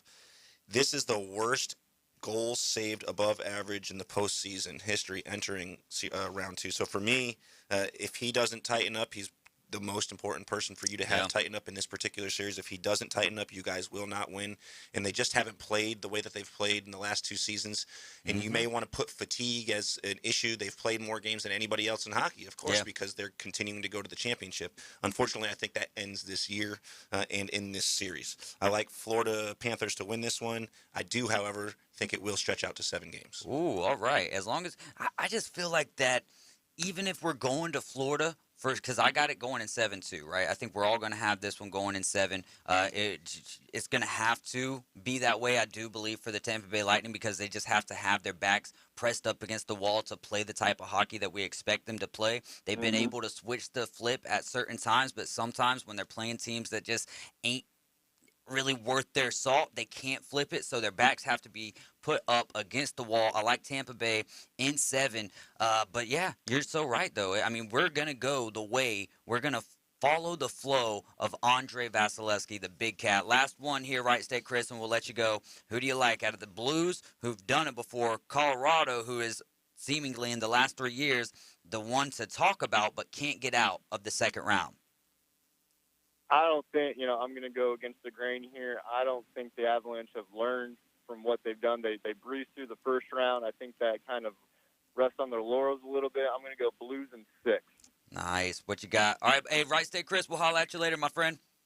Thanks, Dave. Yes, sir. Yes, sir. Have a great one. Yeah, you do the same, my friend. Be safe out there. Buckle up. Boston Tim, how are you feeling here? St. Louis, Colorado. Well, I mean, I want to agree with Right State, Chris, but just the way that we saw Jordan Binnington take over in Game 4 and just, I mean, he's nearly pitched a shutout, or not pitched a shutout, but you know what I mean.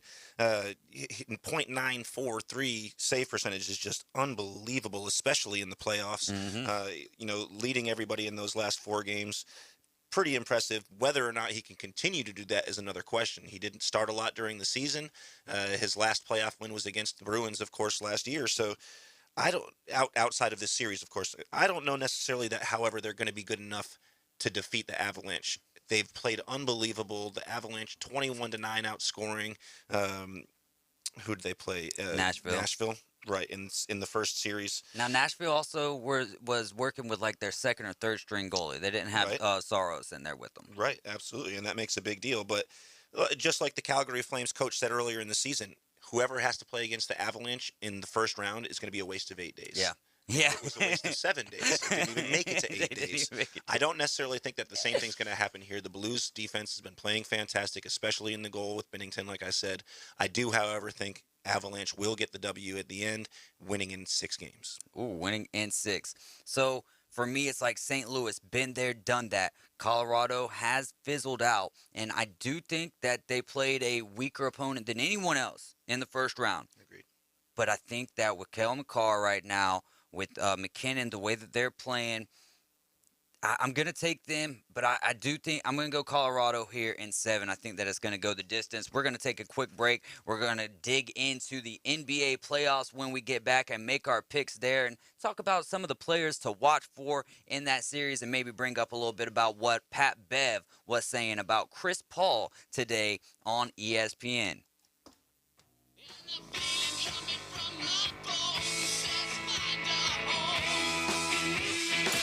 Weather in Northwest Florida can change on a dime. Gale force winds bombarded with heavy rain. That's why 104.3 ESPN Northwest Florida has the most up-to-date forecast on the Gulf Coast. Hi, this is staff meteorologist Tim Root with over 40 years of experience. I know just how fast we can go from sun and fun to a serious situation. For the most accurate and detailed weather when it matters, rely on 104.3 ESPN Northwest Florida. My forecast overnight, partly to mostly cloudy with a chance of a shower or thunderstorm. Temperatures overnight in the low 70s, light southwest winds. Mostly sunny Tuesday, mostly sunny Wednesday. The high each day in the mid to upper 80s and light northwest winds. We'll keep you updated. This weather forecast has been brought to you by Mid-South Lumber, best little lumber yard in Panama City and Youngstown. For 104.3 and 102.1 ESPN Northwest Florida, I'm meteorologist Tim Root. 104.3 ESPN Northwest Florida are proud members of the Panama City Beach Chamber. We'd like to welcome the newest members to the Beach Chamber. American Sand and Asphalt, Heart Power Incorporated, Juan Taco LLC, Storage Units, Tiki Mike's Exotic Tea and Coffee Bar, and You Break I Fix. Congratulations from the area's only sports radio station, 104.3 ESPN Northwest Florida. Ben and Deb Collins, owners of Bay Guns and Gear, have been in business since 2010, offering new firearms and accessories with a huge selection available for your hunting needs and personal defense. Turn to Bay Guns and Gear. They have the weapon for you. Discount pricing. And if you can't find what you're looking for, they'll special order it for you. Bay Guns and Gear, across from Grease Pro at 3115 Highway 77. Visit their website, baygunsandgear.com. Dr. Chad Mitchell, orthopedic surgeon specializing in sports medicine and joint replacement of the knee, shoulder, and hip. He serves our local athletes and our community. Southern Orthopedic Specialist has been the leader in orthopedic care for over 20 years. New patients are welcome. Call 850-769-KNEE to schedule an appointment. More about Dr. Mitchell and Southern Orthopedic Specialist is available on their website, southernorthopedic.com. Southern Orthopedic, getting you back in the game. From Mariana to Panama City, from Southport to Laguna Beach, this is the Panhandle's home for live and local sports coverage. Now back to the Afternoon Underdogs, live from the Rib Crib Radio Room. ESPN Northwest Florida.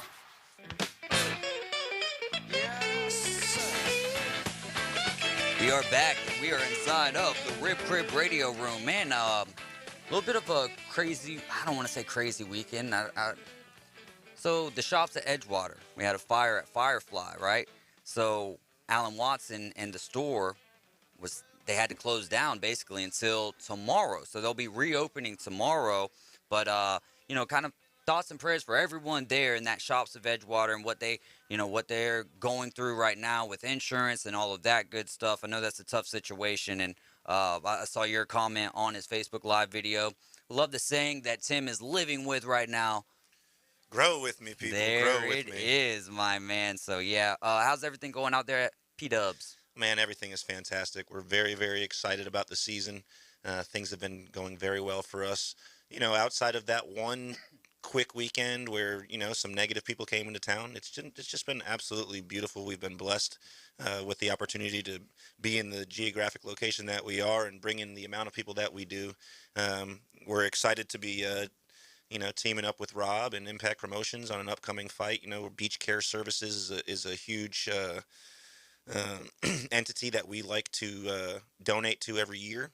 And with Impact Promotions doing the Saltwater Submission Series 2 coming up June 18th, we're going to team with them, and they're going to be donating a portion of the proceeds of the fights coming up to Beach Care Services. Of course, the president and the CEO, of Pineapple Willie's, Melissa, is also a big person in charge over there with Beach Care Services. So joining together forces with Impact Promotions and setting up for this big fight coming up, we're very excited about having the military, the firefighters, and first responders and police officers coming to fight in this event. So very exciting. Heck yeah. Here Rob's having not a fire sale, I don't want to say that, but making room for bigger and better stuff. Moving on up, as always. Moving on up, man. Rob Moriarty does such a great job with Impact Promotions and everything else that he touches. Chicken Wing Paul just sent a text in, just got general information that his son Landon Harris won the super heavyweight division of the Iron Vault Strongman Classic in Tallahassee. He is now qualified for the Nationals in Pennsylvania. He was the youngest at 21 years old and the lightest at 274 pounds. So congratulations to him. That's fantastic. Double entendre, my man. Way size. to go. Landon boy. Harris. Hey, but he's super heavyweight division, son. I think anything over 235, right? He's a big boy. I'm with him. I'm right there.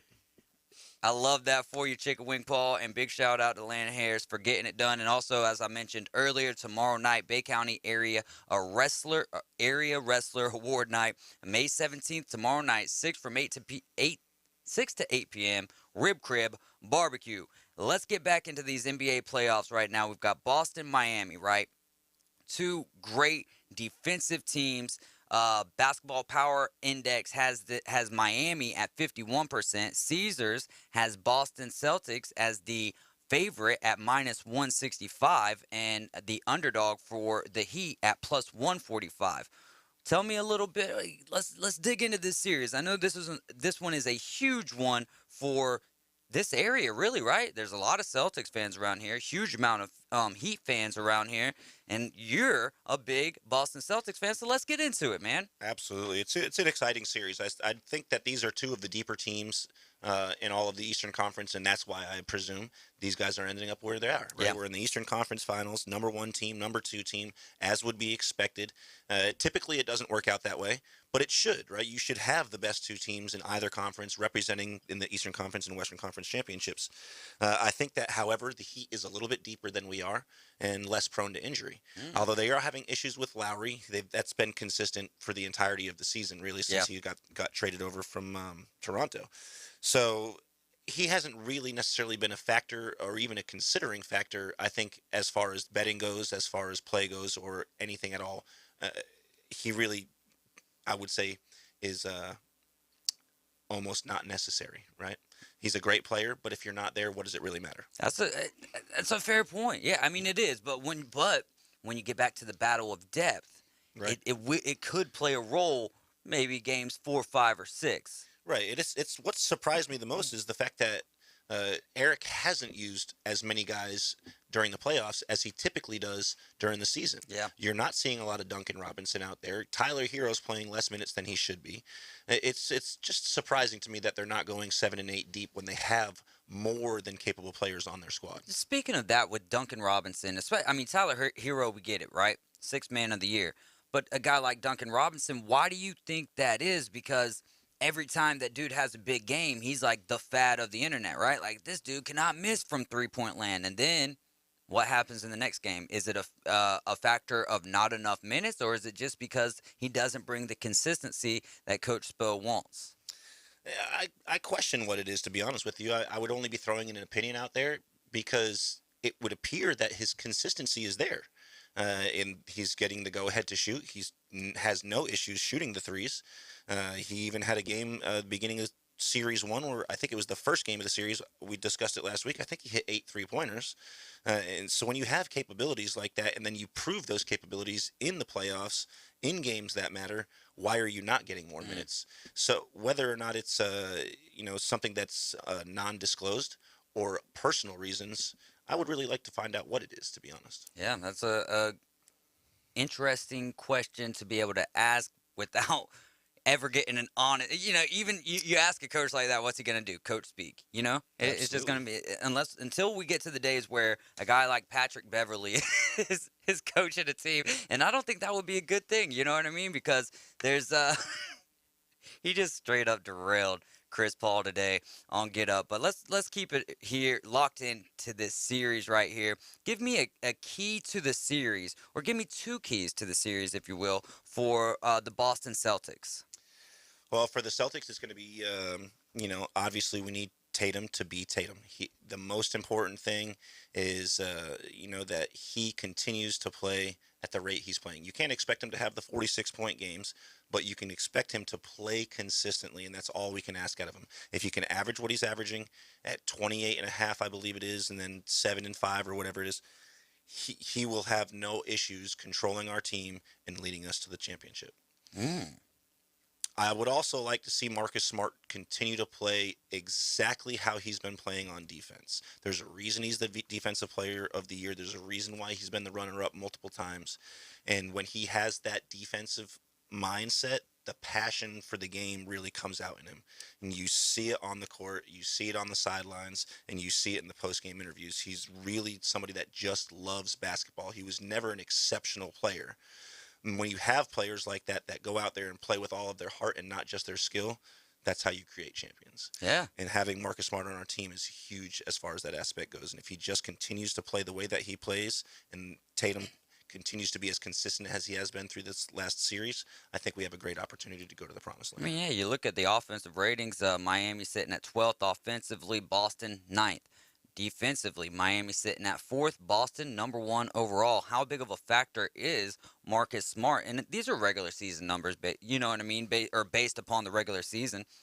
How big, outside of winning Defensive Player of the Year, has Marcus Smart been to that, as in creating a culture? Not just because he's bringing defensive statistics, but I think that he gets guys like not just Tatum, but Grant Williams.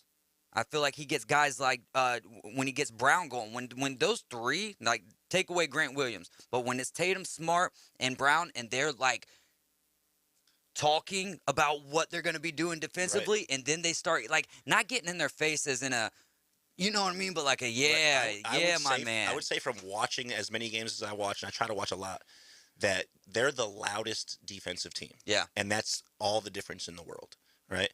And you see them playing and winning as many games as they are, even though, like we discussed earlier on a break, they're ranked number 29th overall in close game finishes. So they're not winning the close games, but when they are separating themselves, they're really blowing teams out. And I think that's important. And it starts with that defense. It starts with that communication, like you said. And them talking and discussing what they're going to do is what creates a better offense. You know, if you know that Marcus Smart's going to pick somebody up at the three-point line and force them to the right, and Tatum's on the right side, he can create that steal. And Brown can already break off and be ready for a fast break play because they communicate that well. Yeah. It's important. It's probably the most important thing on defense in basketball. It's not just moving your feet and getting in position. It's communicating and know that the person on your left and right have your back. And that's why I'm so excited about this series in general, is because you've got two really good defensive teams. Like I said, 1st for Boston, 4th for Miami. And like you take that game 7 against Milwaukee, and it's like, that's not the game that, I'm sure you're not, but I'm not accustomed to seeing Boston shooting threes like Golden State is. You know what I mean? They're a lot of fun because they play inside, and they'll play from the outside, but they do really well when they're playing inside. Give me a key to the series for Miami. Well, with Lowry being out, I think the key is going to be Duncan. I think Duncan needs to come in. These guys are shooting 21.5% the last 2 games from the three-point line in Wells Fargo. You cannot shoot that way at home. Absolutely not. And so if Lowry's out, who is a great setup shooter, if he's out and not going to be there, you have to have your next best shooter, who actually Duncan is probably the best shooter on that team. He's probably one of the top 5 three-point shooters in all of the league. But he's not. He's being underutilized. They had him DNP CD. Did not play CD. What's that? What's coach's decision? Right. So what is actually going on with Eric that's not being disclosed to us as to why you're keeping one of the top 5 shooters in all of the league out, not on the court? Yeah. And I almost wanted to reply like without thinking of anything, but just wanted to say, well, could that be because maybe the way that series was going in Philly, that he didn't really need the 3 ball as much? Maybe that could be a possibility. And then I was going to follow that up by saying saving him for, but you don't ever want to save a player for a series in a sense, because you can cool that hot hand off. Agreed. But why? You know what? You want to keep as much consistency as you can. The kid's only playing 13 to 17 minutes a game. What are you holding back for? Yeah. Now's not the time to hold back. Now's not the time to save somebody. No, that's what I was getting. I was that doesn't really make a whole lot of sense to do regardless. It's surprising. For me, the biggest key to the series, and I know it's basically just a player here, but the Heat are going to go how Jimmy Butler goes.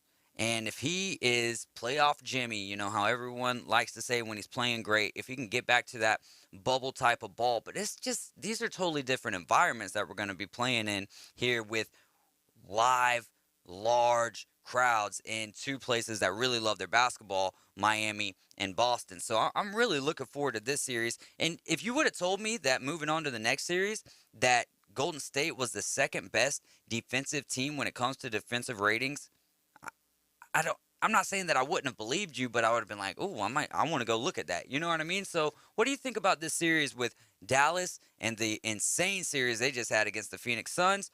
Golden State kind of, I don't want to say breezing through, but it feels like they've had an easier road. They've been playing against teams that continue to get injured.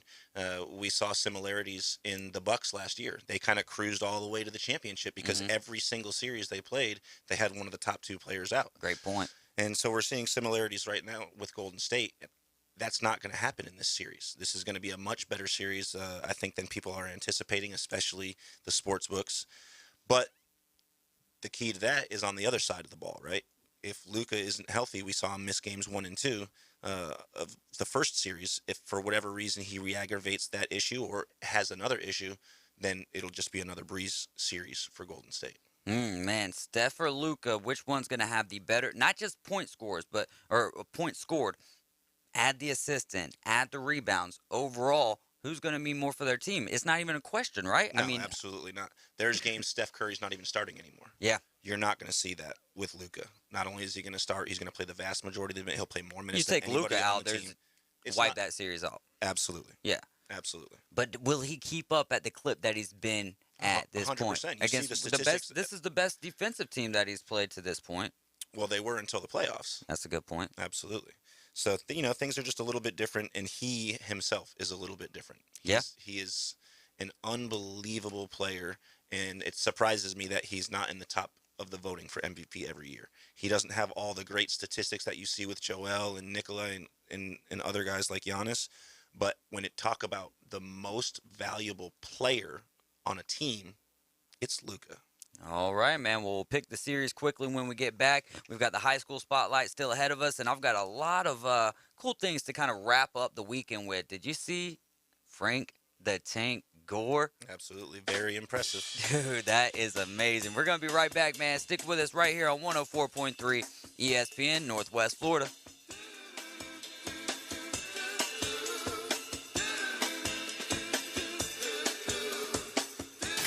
ESPN Northwest Florida. It's the Coach James Hale Show. I just got a text here, nasty text. Boy, can't think. So we got to clean this place out. So we want to thank Steverson Eagle for it being cold in here. This is the, he does the Alabama update thing for Stevenson air conditioning. I hope I said it right. Do you think it's time to, should I be put down? Weekday mornings 7 to 9. ESPN Northwest Florida. Have you been to Gin Gin Super King Buffet? It's not your average Gin Gin. Well, here's what you're missing. Gin Gin Super King Buffet has competitive pricing, a great selection, extensive buffet options perfect for family dining. Menu options also include top quality seafood, hibachi and sushi bar, or select their mouth-watering crab legs by order. Bring the family out to Gin Gin Super King Buffet, located next to Wonderworks at 9802 Front Beach Road on Panama City Beach. Hi, I'm Bobby Likas with today's Car Clinic Minute. Lime green, smoky black, pomegranate red, and crystal clear. If you're thinking fashion colors for spring, back up and think car fluids. And when I come back, I'll tell you all about them. The Car Clinic Minute. It's Bobby Likas Car Clinic, brought to you locally by Hewitt Tire and Auto. Call 850-769-7323. Your certified AAA service center and hometown towing. Visit them online at HewittTire.com. On Airport Road in Panama City. That's 850-769-7323. Hewitt Tire and Auto Center and hometown towing. The same spring shades you see on Paris runways can be found on garage floors. And these colors speak volumes as to current or potential problems. Lime green says, coolant, check your radiator. Smoky black whispers oil leaks. Could be engine, differential, or power steering. Pomegranate or brownish red hints transmission fluid. And crystal clear may say harmless condensation, or may shout danger, your brake fluid's leaking. Make sure your car's in the pink. Catch these fluids on a newspaper for your mechanic to evaluate. I'm Bobby Likas. Like us, you'll love us.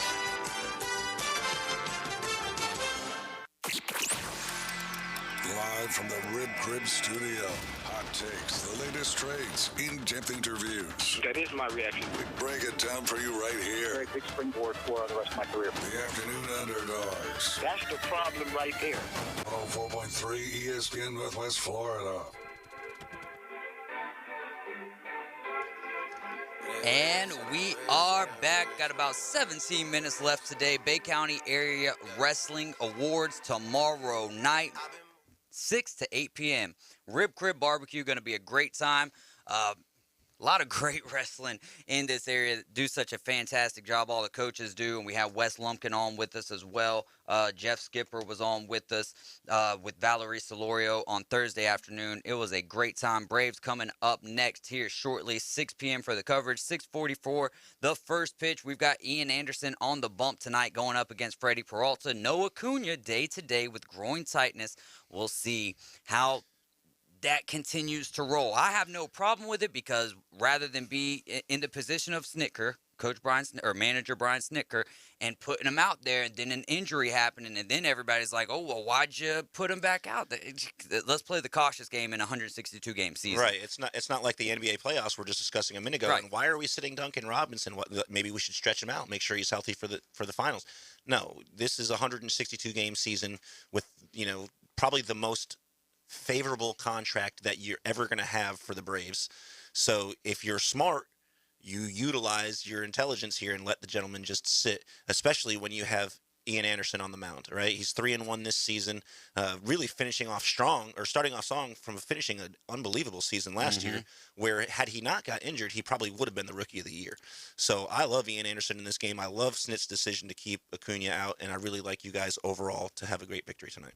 It's going to be a tough series, and then the road gets just a little bit easier for us from then on out. But that, we've had some series this year where it's been like, why are we not at least winning the series? We've only won 2 series to this point of the season. I am excited to see Travis Demerit, though, lead off rather than just a few games ago. They were having Dansby Swanson up there. I like the position here, or the mindset here from Coach Snit. Just see what happens. Play around with the lead off a little bit, because you don't have, like Ozzie, when it's the left-handed pitcher, all right. But if it's a right-handed pitcher, we don't need to lead him off. That's according to our main man, Sam Peebles. We talked about the keys to the series and players to watch for the series, gave a little bit of numerical information. Now let's get into what actually matters.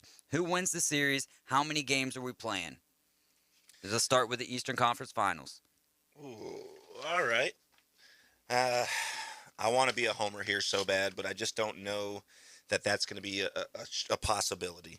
I think that Boston has played well, and they've dug themselves out a couple of times now, and I just don't know that they're going to do it a third time in a row. I think Miami and Boston will have the best series of the entire playoffs, though. Ooh. I think there's going to be some close games. I think there'll be multiple overtime games, and I think that, unfortunately, Boston will probably lose in 7. Wow. I think I know why you're doing that, but I'm not gonna put it out there, float it out there any type of way. This one's so tough for me because of all the games that I've watched. Now Miami, like I said, I love defensive basketball, and these guys really bring it. Both of these teams, Celtics, Heat, bring a lot of defense. But Boston's been, outside of Giannis, because Giannis has been the best player in the playoffs, right? And if he would have had just a little bit more help, I'm not even saying Chris Middleton. Who knows where that series goes to, or at least if that Game 7's a little bit tighter. You know what I mean? Right. That's the only thing I could have asked for. But Boston's been the most fun team to watch through and through, night in and night out, right? I agree. Pretty much every team falls flat. With Boston, majority of the time they're coming out in the games and they're taking a nice substantial lead, and then when they fall flat, they give up the lead rather than, you know what I mean? It hasn't been a bunch of those close at halftime and then just blown out in the second half. I think y'all have maybe 1 or 2 games in your first 2 series. And then Game 7. And then Game 7, but y'all blew them out from, well, it was close for. The opposite. Yeah, it was the opposite. Yeah, so for me in this one, man, it's so tough. It is so tough. Who's got the stronger, in your opinion, even though home court advantage is with Miami, who plays better at the house? Not even statistical information, just in your opinion. Well, I think Boston does. And especially in the playoffs right now. Like we discussed a minute ago, 21.5% the last 2 home games for Miami shooting from the three-point line.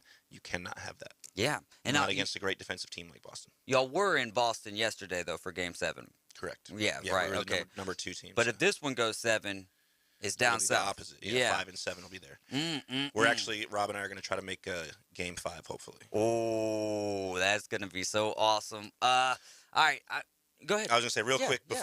before we jump off. You just mentioned Giannis, and I wanted to throw out this really interesting stat that I read yesterday. He's the first player in NBA playoffs history in one series to have 200 points, 100 rebounds, and 50 assists. Yeah, pretty cool stat. Yeah, it's actually on the weekend wrap up page there. Is it? That's insane. It's so hard for me here, man. I'm gonna have to go Boston. I'm not gonna go 6. I'm gonna say Boston in 7. Opposite of you, they've just been the most complete team. Here's the thing: is everybody now getting on that Celtics bandwagon for the 2 teams that they've disbanded? Whereas looking at Miami, and it's like, okay, you beat Atlanta, no big deal. All right, you beat a Joel Embiidless 76ers team up until So could people be looking at it like that? And just seeing the impressiveness of what the Celtics have done to this point. But from what I see, the feeling I get, and hey, we look at the feelings that people could have picked up from the Grizzlies and the dismantling that they had of the Warriors in Game 5, only to almost run it all the way back in Game 6, but fell short in the fourth quarter due to three-point shooting that was out of this world by the Golden State Warriors. I'm going Boston in 7. Like also having the tough. injury that they had was huge. You can't lose your best player and expect to 1,000%. proceed in the playoffs. But they're 2 battles that they had after the loss of Morant. Very impressive. Don't they have a very bright future ahead of them with John Morant? Absolutely.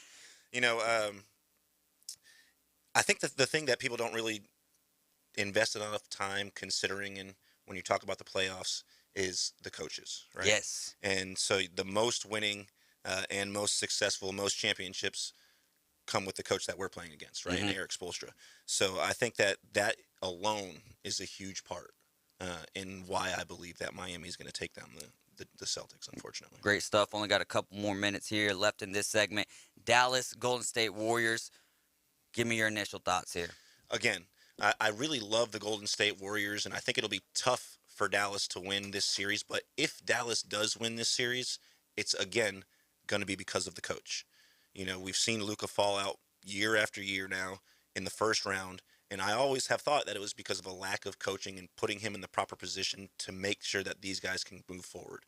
And I think that you see in Jason Kidd that he does that every single day. He creates a game around a player, and he does it very successfully. And he has really brought this team to the forefront of everybody's attention in doing so. Do you give Jason Kidd any of the credit? And it's hard because you got Coach Bud over there. But do you give him any of the credit for Giannis? And I think Giannis at the end of last year gave some of the credit, a lot of the credit to Jason Kidd. I was going to say, how do you not? When the player himself, the MVP at the time, the champion, the world champion specifically states, I'm here today because of the confidence and the style of coaching that Jason Kidd had, because he believed in me and he made me believe in myself. Mm-hmm. And that's what he does everywhere he goes. He might not have been exceptional with the Nets, but outside of that, he's been pretty unbelievable coach. He's got 2 of the top, let's say in the playoffs this year so far, Luka, Giannis probably been playing the best. Giannis is no longer in it, but he's had a part to play with their success. Absolutely impressive. We got to take another quick timeout. When we get back, it'll be time for the high school spotlights.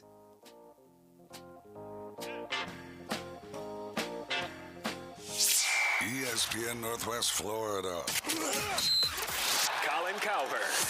You can't just bail on the draft and develop part of the game. And the Lakers, the last guy they developed was Kobe. I understood bringing LeBron here. But just because the Warriors brought in KD, it didn't mean they lost sort of their DNA on draft and develop. The Herd, weekdays 11 to 2 on ESPN Northwest Florida. My forecast overnight, partly to mostly cloudy with a chance of a shower or thunderstorm.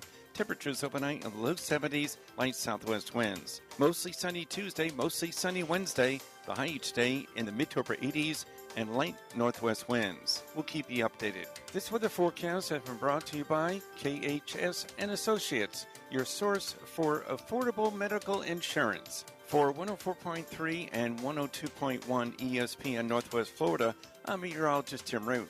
Here at Panama City Toyota, We love things that last. Of course, it starts with beautiful, reliable Toyota cars and trucks. It continues with every customer relationship, across generations and hundreds of thousands of miles. And now, we're proud to offer something you can count on year after year after year. A free lifetime warranty that covers your drivetrain and powertrain. If you shop with us, we'll be here for you. Because peace of mind should last throughout your entire journey. PCB Coins and Cards is the beach's premier hobby store for sports cards, coins, and trading card games. PCB Coins and Cards carries the largest selection of boxes and packs from the latest releases of brands like Topps, Panini, Leaf, and more. Looking for a specific player or team? PCB Coins and Cards has a wide assortment of raw and graded cards. They carry parallel, rookie, game used, and autograph cards in both modern and vintage. Have a collection you want to sell? Bring it in and let us take a look. We buy, sell, and trade. PCB Coins and Cards on Back Beach Road just east of Florida Linen. Call them today at 850-320-8388. Hi, this is Matt Lewis with Reliable Hydraulic Solutions. We offer comprehensive diagnostics and repair service for all types of hydraulic units, such as hydraulic and pneumatic cylinders, hydraulic pumps, motors, and valves, as well as a broad range of hydraulic hoses and O-rings. Give us a call at Reliable Hydraulic Solutions at 850-326-3000 for any of your hydraulic needs. Or come see us on Commercial Drive off Jinx Avenue in Panama City. The #1 SEC call-in show is now twice as big. It's double the Paul Feinbaum Show. Weeknights starting at 6. Okay, but also go faster.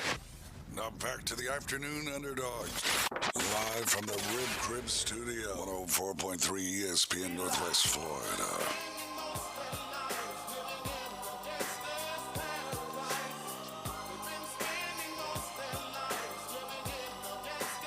And we are back. This is the last segment of the day, and it is not going to be lasting very long. We went a little long in our 5 o'clock segment today, talking some NHL, NBA playoffs. But Friday, big news in the high school baseball world. 1A region semifinals. Bozeman shellacks, not quite a shellacking, a good win on Chipley, 10-0. They're going to be heading to Fort Myers tonight. They're going to be leaving at 6 p.m. Tuesday, they're going to practice. Wednesday, they're taking on Dixie County in the semifinals. So way to go, Bozeman Bucks. They were there not too long ago. Then I think 2019. Then you had 2020 where COVID hit. So let's go, Bozeman. Bring it back up to the north so we can have it in the Panhandle. You also have Holmes doing the same thing. They beat Northview 6-3. In JUCO baseball in the state tournament, Miami-Dade takes down Chipola 7-2. Saturday in the 4A high school baseball region semifinal, Bishop Kenny takes down Arnold 5-3. You want to take the 4A track and field state championships? Of course. Niceville looks like they swept. They went off, didn't they? So we got the girls pole vault. Lily Shaunard won. The boys shot put was Mitchell Ratley. Boys javelin, Aiden Boyd came out victorious. The boys discus was Massimo Grisotto. Girls 100 meter, we had Sky Tolbert, girls 300 meter hurdles winner was Jasmine Derege. And the boys team overall in Niceville did win. Had a lot of fun out at the Panama Country Club. A lot of folks did. 175 of them made their way to Lynn Haven to compete. Most of them were local. Brian Barth is this year's Sherman champion. Finished out 10 under par, shooting 71 in the last round. He played a long time ago. Well, he was close a long time ago, never got back to it. He lost in a playoff hole against Matt Johnson. The 96th Sherman Invitational is going to be set for 2023, May 19th through the 21st. And then a quick little shout out here for Bay United. They've got a program that runs from August through May, and it's subdivided between fall and spring seasons. So they're going to have tryouts tomorrow, Public Sports Park, Fields, 5:30 p.m. both days. The tryouts for that's going to be Tuesday and Thursday, open to kids who were born between 2003, 2015. The Atlanta Braves are coming up next. Ian Anderson on the bump. Let's get over here to this weekend wrap-up real quick and see how many on this days and little stat tidbits For we can get sure. into. Real quick, if we can, about the Sherman Invitational at the Panama Country Club. If you guys haven't been out there to play since the hurricane, they've done some great updates. The course looks fantastic. And if you're not prepared with the gear, check out Alan Watson at Golf Plus. Of course, the store is down here in Panama City, but they always have the backup secondary store in Dothan. So if anything you need, the latest and greatest equipment or apparel, check out Golf Plus and Adam Watson. And it's opening back up tomorrow. Right. Oh, great. Yeah, Fantastic. opening back up tomorrow. So big news there from Alan Watson. They worked hard to get this back into shape to be able to let customers come in, and he was doing whatever he could to help whoever he could. On this date in 1980, Magic Johnson scored 42 points in Game 6 of the NBA Finals. They clinched the Lakers title over the Sixers there. Magic got the Finals MVP, still the youngest player with a 40-point game in the NBA Finals by a margin of 3 years. He was only 20 years old when he did that. Yeah. That's awesome. Unbelievable. That is insane, man. Especially, I mean, he had a great squad around him, but he also made that squad. He did. He made that squad better. Absolutely. He made Kareem not just better as and I don't want to say better as a person, but he brought him out of his shell. And that's saying a lot, man. We gotta go. Next Monday, Boston Sim, David Hayes, Afternoon Underdogs. Let's do this, baby. All right, man. You guys enjoy the night tonight. It's a little bit of a slower night compared to the nights that we've had in recent memory, right? No playoff games tonight, so make sure you're watching. Make sure you're listening to the Atlanta Braves right here on 104.3 ESPN Northwest Florida. We'll see you guys tomorrow at 4 p.m.